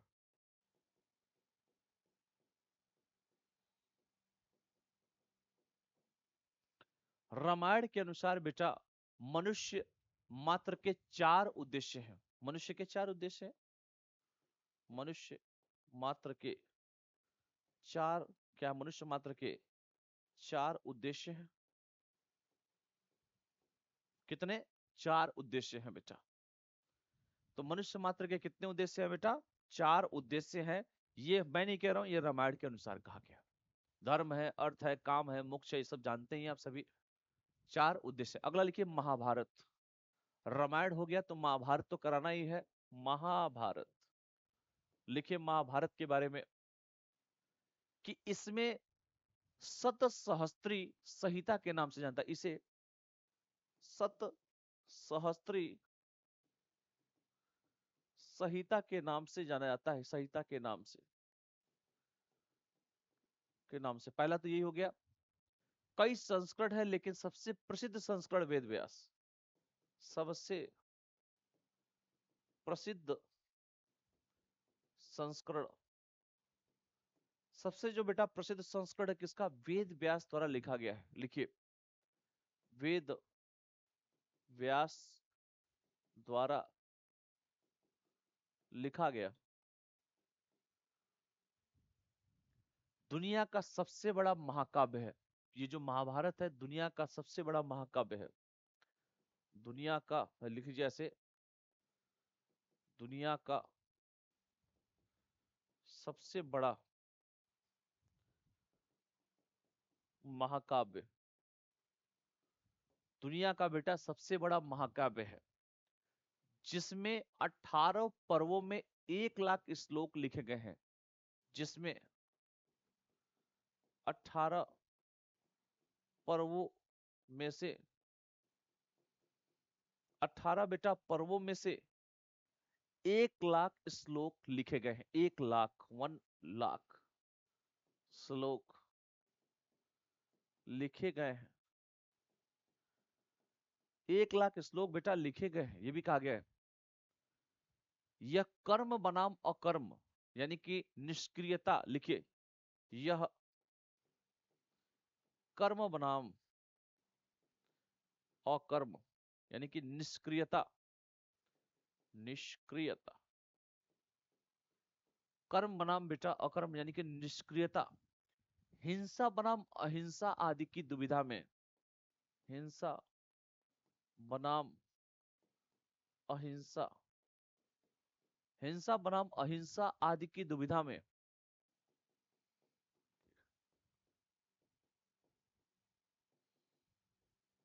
आदि की बेटा दुविधा में मार्गदर्शन करता है। क्या करता है बेटा? मार्गदर्शन, मार्गदर्शन करता है। ठीक है, तो ये कहते हैं बेटा महाभारत। यह विभिन्न प्रकार के धर्म और विभिन्न प्रकार के कर्तव्यों पर प्रकाश डालता है। लिख लीजिए विभिन्न प्रकार के धर्म, विभिन्न प्रकार के धर्म और, यह बेटा विभिन्न प्रकार के धर्म और विभिन्न प्रकार के कर्तव्यों पर प्रकाश डालता है। विभिन्न प्रकार के कर्तव्यों पर प्रकाश, कर्तव्यों पर प्रकाश डालता है।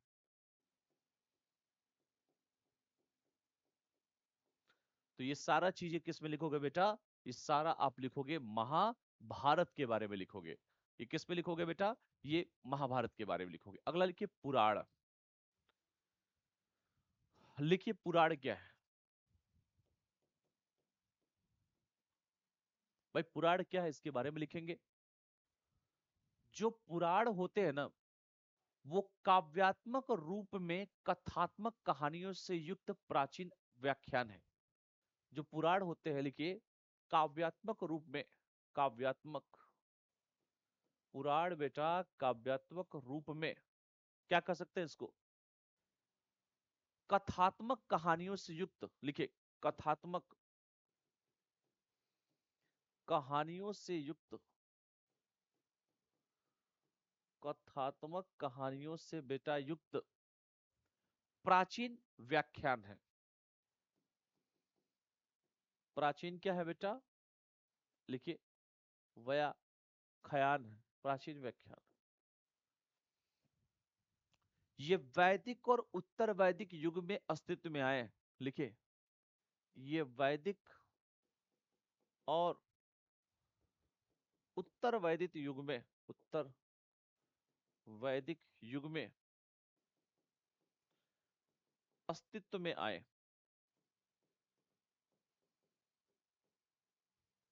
ये भी कर सकते हैं। पुराणों में 18 प्रमुख यानी कि महापुराण, लिखिए पुराणों में 18 प्रमुख, यानी कि 18 प्रमुख का मतलब क्या हुआ? महापुराण, लिखिए महापुराण, महापुराण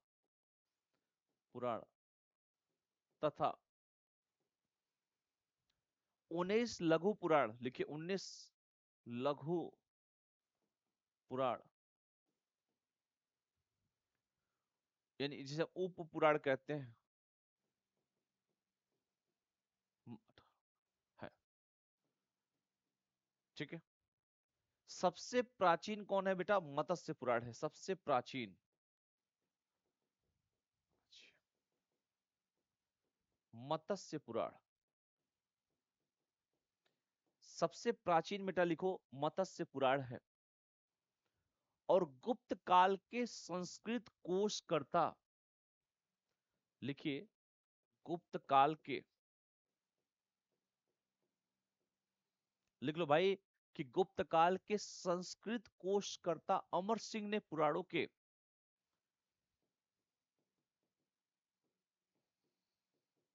कोशकर्ता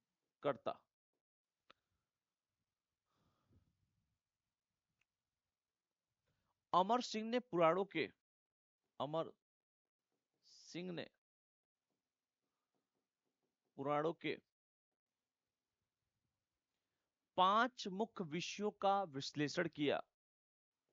5 मुख्य विषयों का विश्लेषण किया।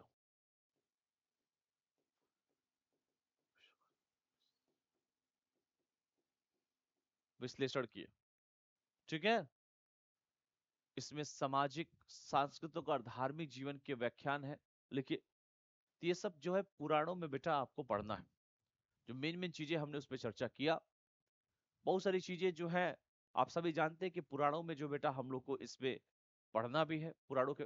इसके बाद लिखेंगे बेटा हम तमिल साहित्य के बारे में। तमिल साहित्य, लिखिए तमिल साहित्य। तमिल साहित्य में क्या क्या लिखेंगे? लिखिए तमिल साहित्य। तमिल साहित्य में क्या लिखेंगे? लिखिए किस, इसी में हम संगम साहित्य लिखेंगे कि तमिल भाषा में सबसे महत्वपूर्ण साहित्यिक कार्य संगम साहित्य है। संगम साहित्य सबसे पहले लिखिए। लिखिए तमिल साहित्य में, तमिल साहित्य में क्या लिखोगे? सबसे महत्वपूर्ण सांस्कृतिक कार्य, लिखिए सबसे महत्वपूर्ण सांस्कृतिक कार्य, महत्वपूर्ण बेटा सांस्कृतिक कार्य संगम साहित्य। लिखिए क्या है? संगम साहित्य। कैसे भैया, कैसे है? यह जो है 473 कवियों द्वारा लिखी गई। यह 473 कवियों द्वारा लिखी गई। यह 473 कवियों द्वारा लिखी गई 2381 कविताओं का संग्रह है। 2381 कविताओं का संग्रह है। कविताओं का बेटा क्या है? तो कविताओं का संग्रह है। इनकी रचना लगभग 300 ईसा पूर्व से, इनकी रचना लगभग 300 ईसा पूर्व से 300 ईस्वी के मध्य, 300 ईस्वी के मध्य, 300 ईस्वी के मध्य पांड्य शासकों के संरक्षण समाज के, लिखिए पांड्य शासकों के संरक्षण समाज, पांड्य शासकों के संरक्षण समाज के विभिन्न वर्गों के कवियों द्वारा,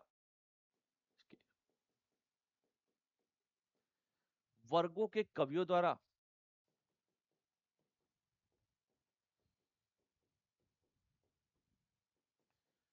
कवियों द्वारा विभिन्न वर्गों के बेटा कवियों द्वारा की गई थी।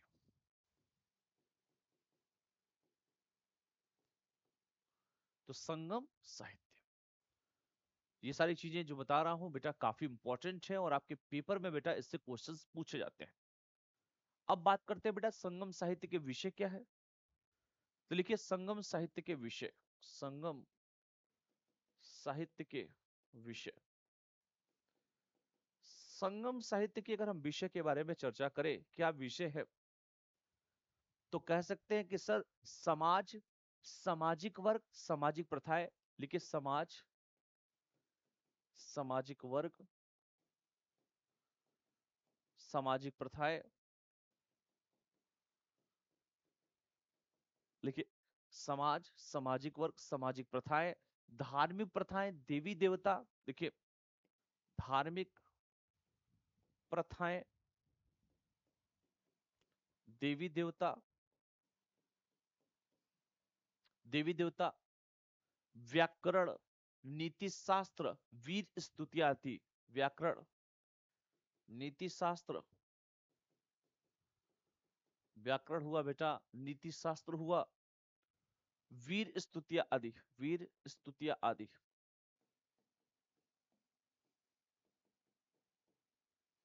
तो ये संगम साहित्य के बेटा ये विषय हो जाएंगे। ठीक है, कई सारी चीजें हैं संगम साहित्य, आप जानते हैं ये जो चीजें हैं ये पढ़ा भी होगा आप सभी लोगों ने संगम साहित्य को लेकर।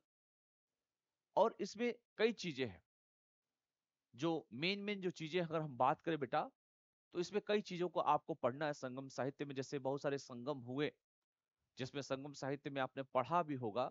जो संगम साहित्य है बेटा, जो हमने कहा भी, आपसे चर्चा भी किया कि संगम साहित्य जो होते हैं वो काफी इंपॉर्टेंट होते हैं। और इसमें जो है मैंने कहा संगम साहित्य को अगर कहा जाए तो संगम साहित्य को दो भागों में विभाजित किया गया।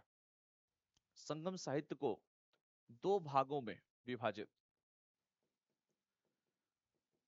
भैया कौन कौन से, पहला लिख लीजिए आगम का। आगम मतलब होता है प्रेम संबंधी रचनाएं। आगम, आगम का मतलब बेटा लिखो प्रेम संबंधी रचनाएं। प्रेम संबंधी रचनाओं को आगम कहा जाता है। और पुरम लिखिए, पुरम, पुरम का मतलब यहां पर यह हुआ बेटा युद्ध विषयक रचनाएं, युद्ध विषयक रचनाएं, युद्ध विषयक रचनाएं। आगम और पुरम, युद्ध विषयक रचनाएं। देखो दो चीजें हमने कहा, दो भागों में बांटा गया, पहला आगम और दूसरा पुरम। अब यहां पर बात करें बेटा, तीन हमने कहा संगम साहित्य के बारे में, और यहां पर तीन संगम हुए। कौन कौन से संगम वो लिख लीजिए, तीन संगम कौन कौन से, तो तीन संगम हुए बेटा, तीन संगम हुए। पहला लिखिए, प्रथम हुआ मदुरई में। लिखिए प्रथम कहां हुआ बेटा, तीन संगम मदुरई, मदुरई ऐसे लिखो, प्रथम कहां हुआ मदुरई में। दूसरा लिखिए कपाटपुरम में। सेकेंड वाला कहां हुआ, द्वितीय कपाटपुरम में। और तीसरा जो संगम हुआ बेटा वो मदुरई में हुआ। तीसरा का हुआ, तृतीय कहां हुआ मदुरई में हुआ, मदुरई में। तो बेटा तीन संगम हुए, इन तीनों संगमों का नाम याद रखिएगा, मदुरई, कपाटपुरम और मदुरई। फिर तीसरा मदुरई में हुआ, तो ये भी आप सभी याद रखिएगा। ठीक है, जो पेपर में आपके क्वेश्चंस जो है बेटा, इससे अच्छे खासे क्वेश्चंस इससे तैयार किए जाते हैं। अगर हम बात करें बेटा थोड़ा सा मध्यकालीन भारत में साहित्य के बारे में, लिखिए मध्यकालीन भारत में साहित्य, मध्यकालीन भारत में साहित्य, मध्यकालीन भारत में साहित्य के बारे में अगर हम बेटा चर्चा करें, तो संस्कृत जो है उत्तर भारत में जारी, संस्कृत कहाँ थी? उत्तर भारत में। संस्कृत कहाँ था बेटा? उत्तर भारत में जारी। प्राकृत अपभ्रंश है, प्राकृत संस्कृत से प्राकृत लिया है, अपभ्रंश है, लिख सकते हैं। तमिल दक्षिण क्षेत्र की भाषाएं थी तमिल। आज भी देखिए भाषा को लेकर कितना विवाद होता है, दक्षिण क्षेत्र की भाषाएं,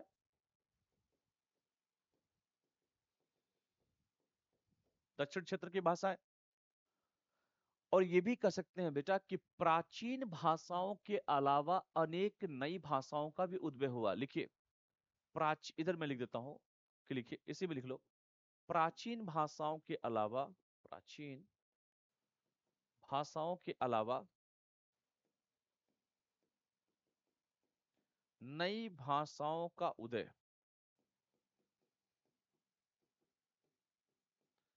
प्राचीन भाषाओं के अलावा बेटा नई भाषाओं का उदय हुआ, जिसमें हम उद्भव हुआ, जिसमें फारसी, अरबी, उर्दू, लिखिए फारसी, अरबी, उर्दू, फारसी हुआ बेटा, अरबी हुआ, उर्दू, उर्दू मतलब खड़ी बोली प्लस फारसी, उर्दू मतलब खड़ी बोली प्लस फारसी, जिसे हम उर्दू कहते हैं बेटा, खड़ी बोली plus Farsi, that is called Urdu. तो ये चीजें भी बेटा आप सभी को याद रखनी है, ठीक है? ये चीजें भी आप सभी को याद रखनी है। अगर हम बात करें फारसी साहित्य के बारे में कि फारसी साहित्य है क्या, तो लिखिए फारसी साहित्य।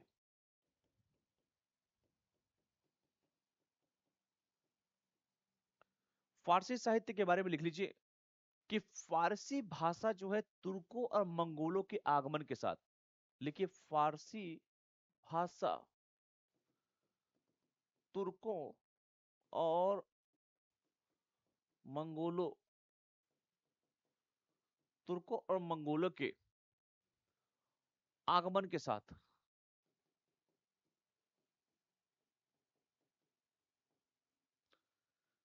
मध्ययुगीन भारत में प्रमुख साहित्यिक भाषा के रूप में उभरी। मध्ययुगीन भारत में, लिखिए कि मध्ययुगीन भारत में प्रमुख साहित्यिक भाषा के रूप में उभरी, प्रमुख साहित्यिक भाषा के रूप में उभरी।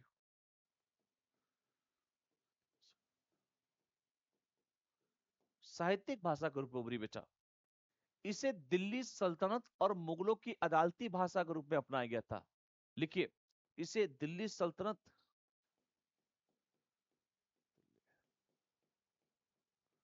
तथा, इसे बेटा दिल्ली सल्तनत तथा मुगलों की अदालती भाषा के रूप में, देखिए मुगलों की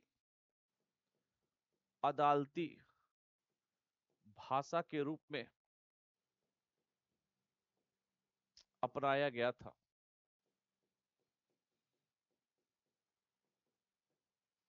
मुगलों की बेटा अदालती भाषा के रूप में अपनाया गया था।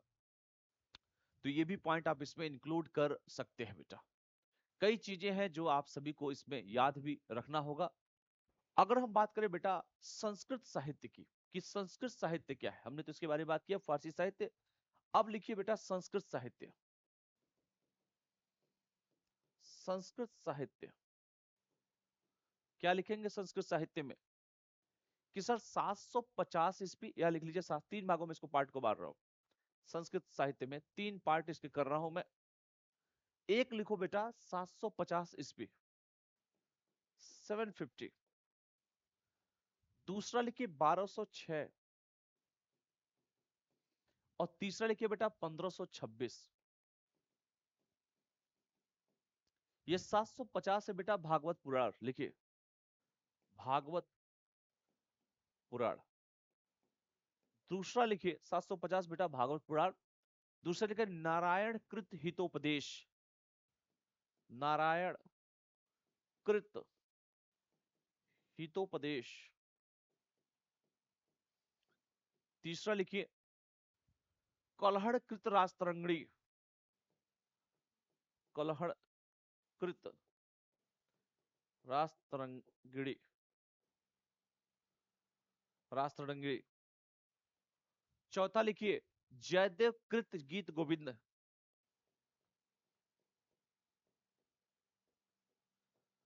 गीत गोविंद, ये पहला हो जाएगा ये। दूसरा लिख लीजिए राजशेखर रचित प्रबंध कोश। राजशेखर रचित प्रबंध कोश। दूसरा लिखिए चिंतामणि, लिखिए चिंतामणि। तीसरा लिखिए जैन विलास राज विनोद, जैन विलास। चौथा लिखिए राज विनोद।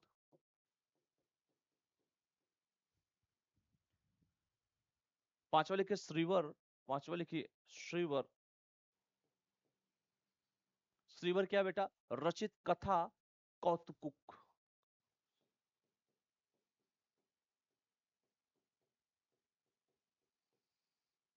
कौतुक, ठीक है, ये भी लिख सकते हैं।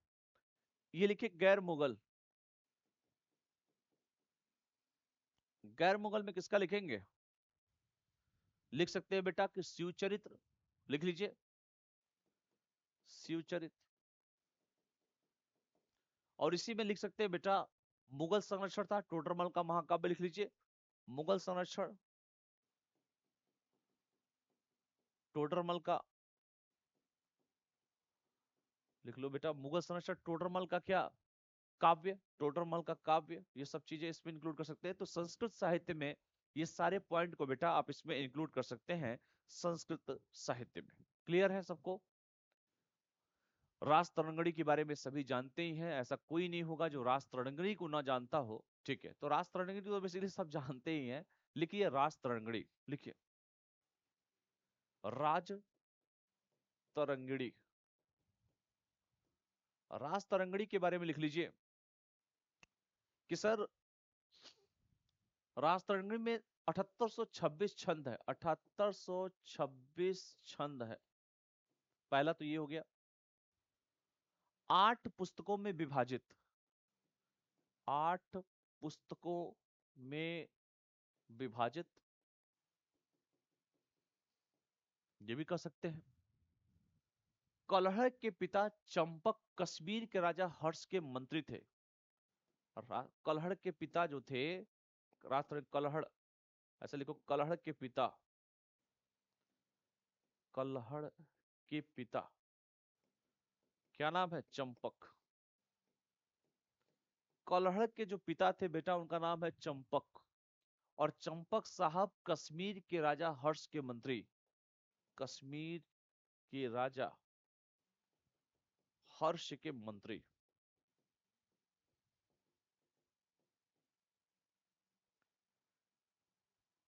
ठीक है, यह जो ग्रंथ है बेटा कश्मीर के प्रशासन राष्ट्रनगरी क्या है, यह ग्रंथ जो है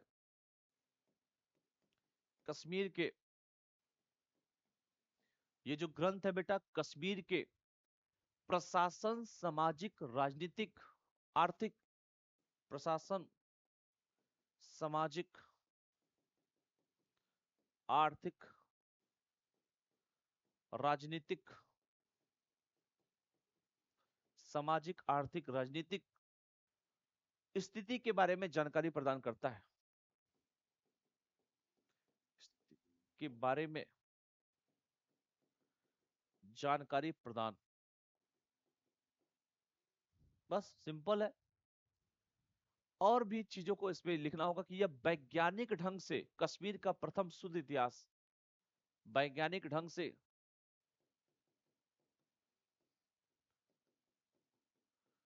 कश्मीर का प्रथम शुद्ध इतिहास। प्रथम क्या है बेटा? शुद्ध इतिहास। ये भी कह सकते हैं कि वैज्ञानिक ढंग से बेटा कश्मीर का प्रथम शुद्ध इतिहास है। इसे कब लिखा गया? 12वीं सदी में जय सिम्हा के शासन में लिखा गया। लिखिए 12वीं सदी में जय सिंह के शासन में लिखा गया, लिखा गया, शासन में बेटा लिखा गया, तो इसके बारे में भी हम लोग चर्चा कर सकते हैं। अगला हम लोग जब इतना पढ़ ही लिए तो एक और पढ़ लेते हैं, अरबी साहित्य भी लिख लो। अरबी साहित्य, अगला हेडिंग दीजिए, अरबी साहित्य।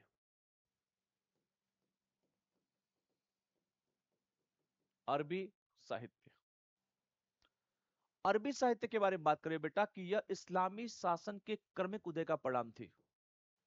इस्लामी शासन के, यह बेटा इस्लामी शासन के क्रमिक उदय का परिणाम था। लिखिए, क्रमिक उदय का परिणाम था,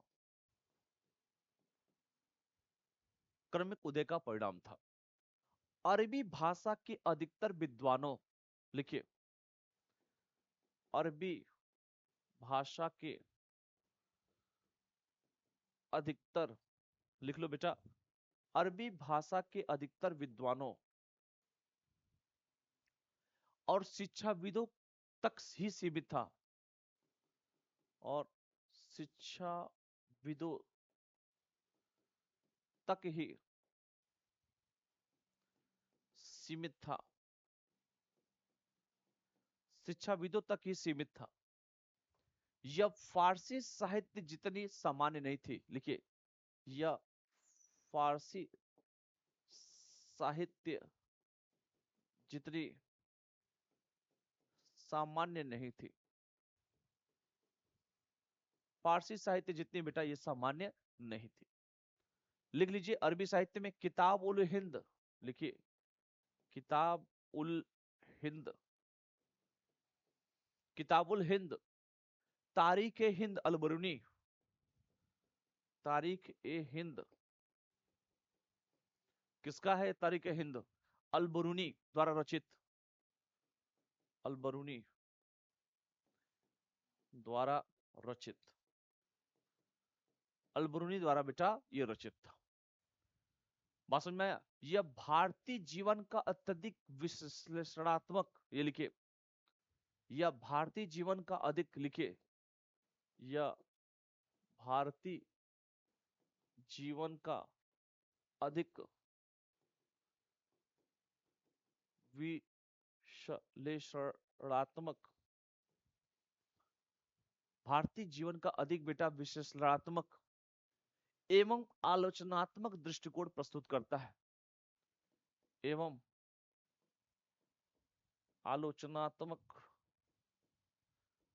दृष्टिकोण प्रस्तुत करता है,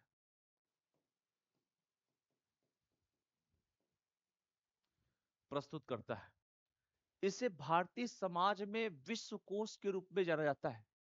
लिखिए, भारतीय समाज में विश्वकोश के रूप में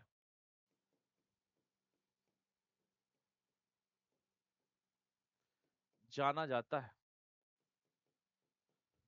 भारतीय समाज में बेटा विश्वकोश के रूप में इसे जाना जाता है। भारतीय समाज में विश्वकोश के रूप में इसे जाना जाता है।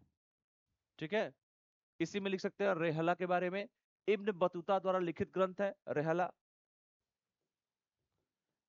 इब्न बतूता द्वारा लिखित ग्रंथ, द्वारा लिखित ग्रंथ,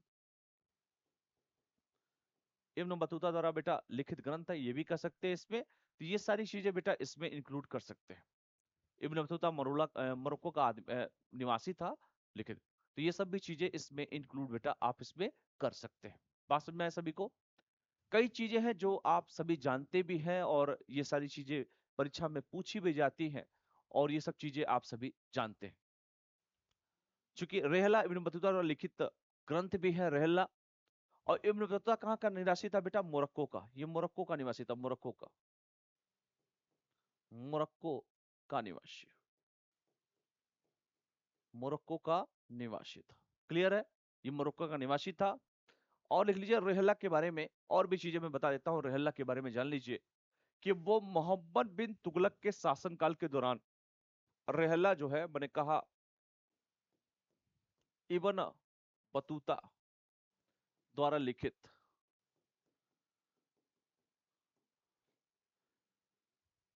और मैंने कहा कि वह मोहम्मद बिन तुगलक के शासनकाल के दौरान लिखे। वह एमबीटी के शासनकाल के दौरान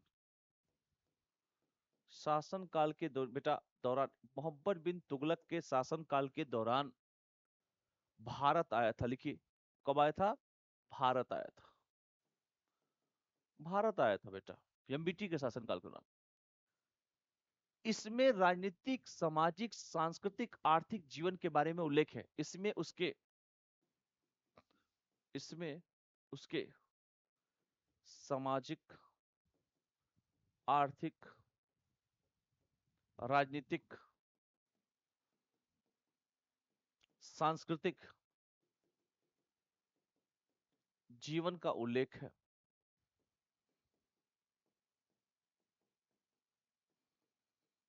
जीवन का क्या है बेटा? तो जीवन का उल्लेख है। साथ ही गुलामी प्रथा, बाजार मूल्य, लिखिए साथ ही गुलामी प्रथा, बाजार मूल्य, गुलामी प्रथा हुआ, बाजार मूल्य हुआ, और यहां तक कि पान और नारियल का भी उल्लेख मिलता है। और यहां तक कि पान और नारियल का भी पान और नारियल का भी उल्लेख मिलता है।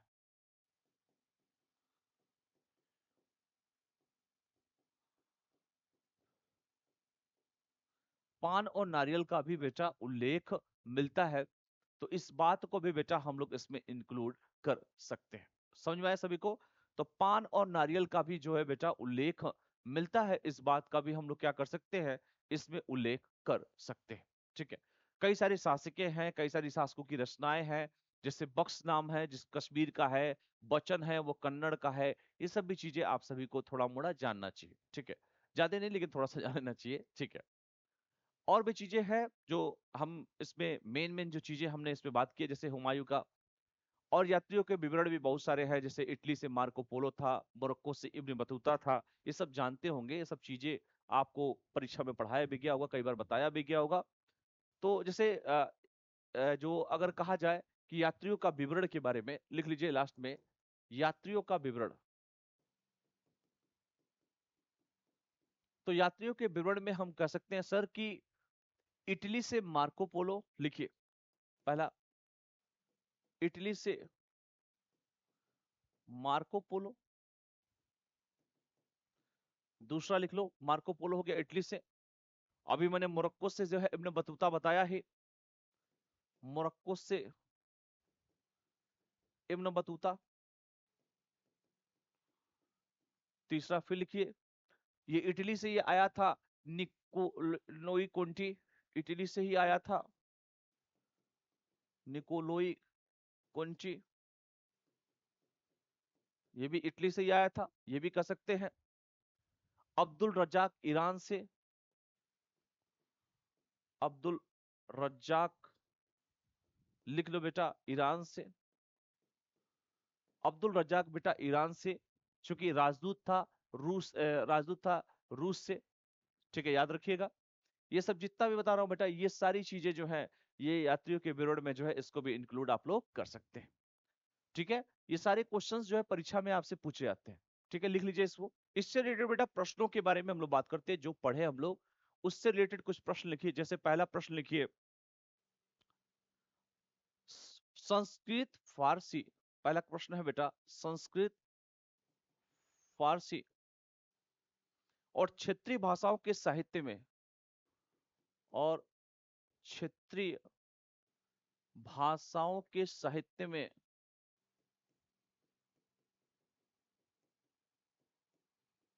भाषाओं के बेटा साहित्य में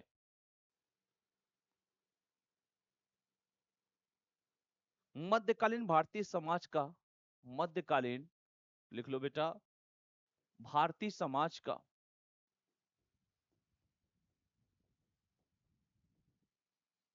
मध्यकालीन बेटा भारतीय समाज का अगर हम कहें तो मध्यकालीन भारतीय समाज का प्रतिबिंब स्पष्ट कीजिए, प्रतिबिंब।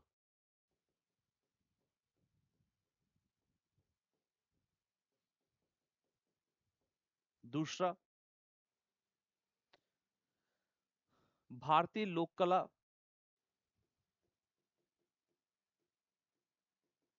और लोक नाट्य के महत्व, लोक नाट्य के महत्व, भारतीय लोक कला और लोक नाट्य के महत्व और संरक्षण की आवश्यकता पर, और संरक्षण की आवश्यकता पर, आवश्यकता पर अपने विचार लिखिए, अपने विचार लिखिए। ठीक है, ये भी प्रश्न लिख लीजिएगा। तो जितने भी प्रश्न मैं आप सभी को दे रहा हूं बेटा, इसको करने की पूरी कोशिश कीजिएगा, क्योंकि इससे रिलेटेड बेटा प्रश्न पूछे जाते हैं आपसे पेपर में। और जितना भी मैंने आज को पढ़ाया आपको साहित्य से रिलेटेड, बहुत साहित्य, इस्लामी, अरबी, फारसी, जितना भी मैंने पढ़ाया, इससे रिलेटेड बेटा प्रश्न आपसे परीक्षा में पूछे जाते हैं। तो नेक्स्ट जब हम पढ़ेंगे वो पढ़ेंगे बेटा नृत्य को लेकर, संगीत को लेकर, डांस को लेकर। ठीक है, तो इसमें हम लोग नृत्य के बारे में पढ़ेंगे, जिसमें हम नृत्य के प्रकार, जैसे दैवीय नृत्य क्या होता है, लोक नृत्य क्या होता है, शास्त्रीय नृत्य क्या होता है, या नृत्य के प्रकार कितने प्रकार के होते हैं, सभी हम लोग इसके बाद जो अगला जो टॉपिक होगा उसमें हम लोग पढ़ेंगे। ठीक है, चलिए मिलते हैं नेक्स्ट क्लास में। Thank you all of you, thank you.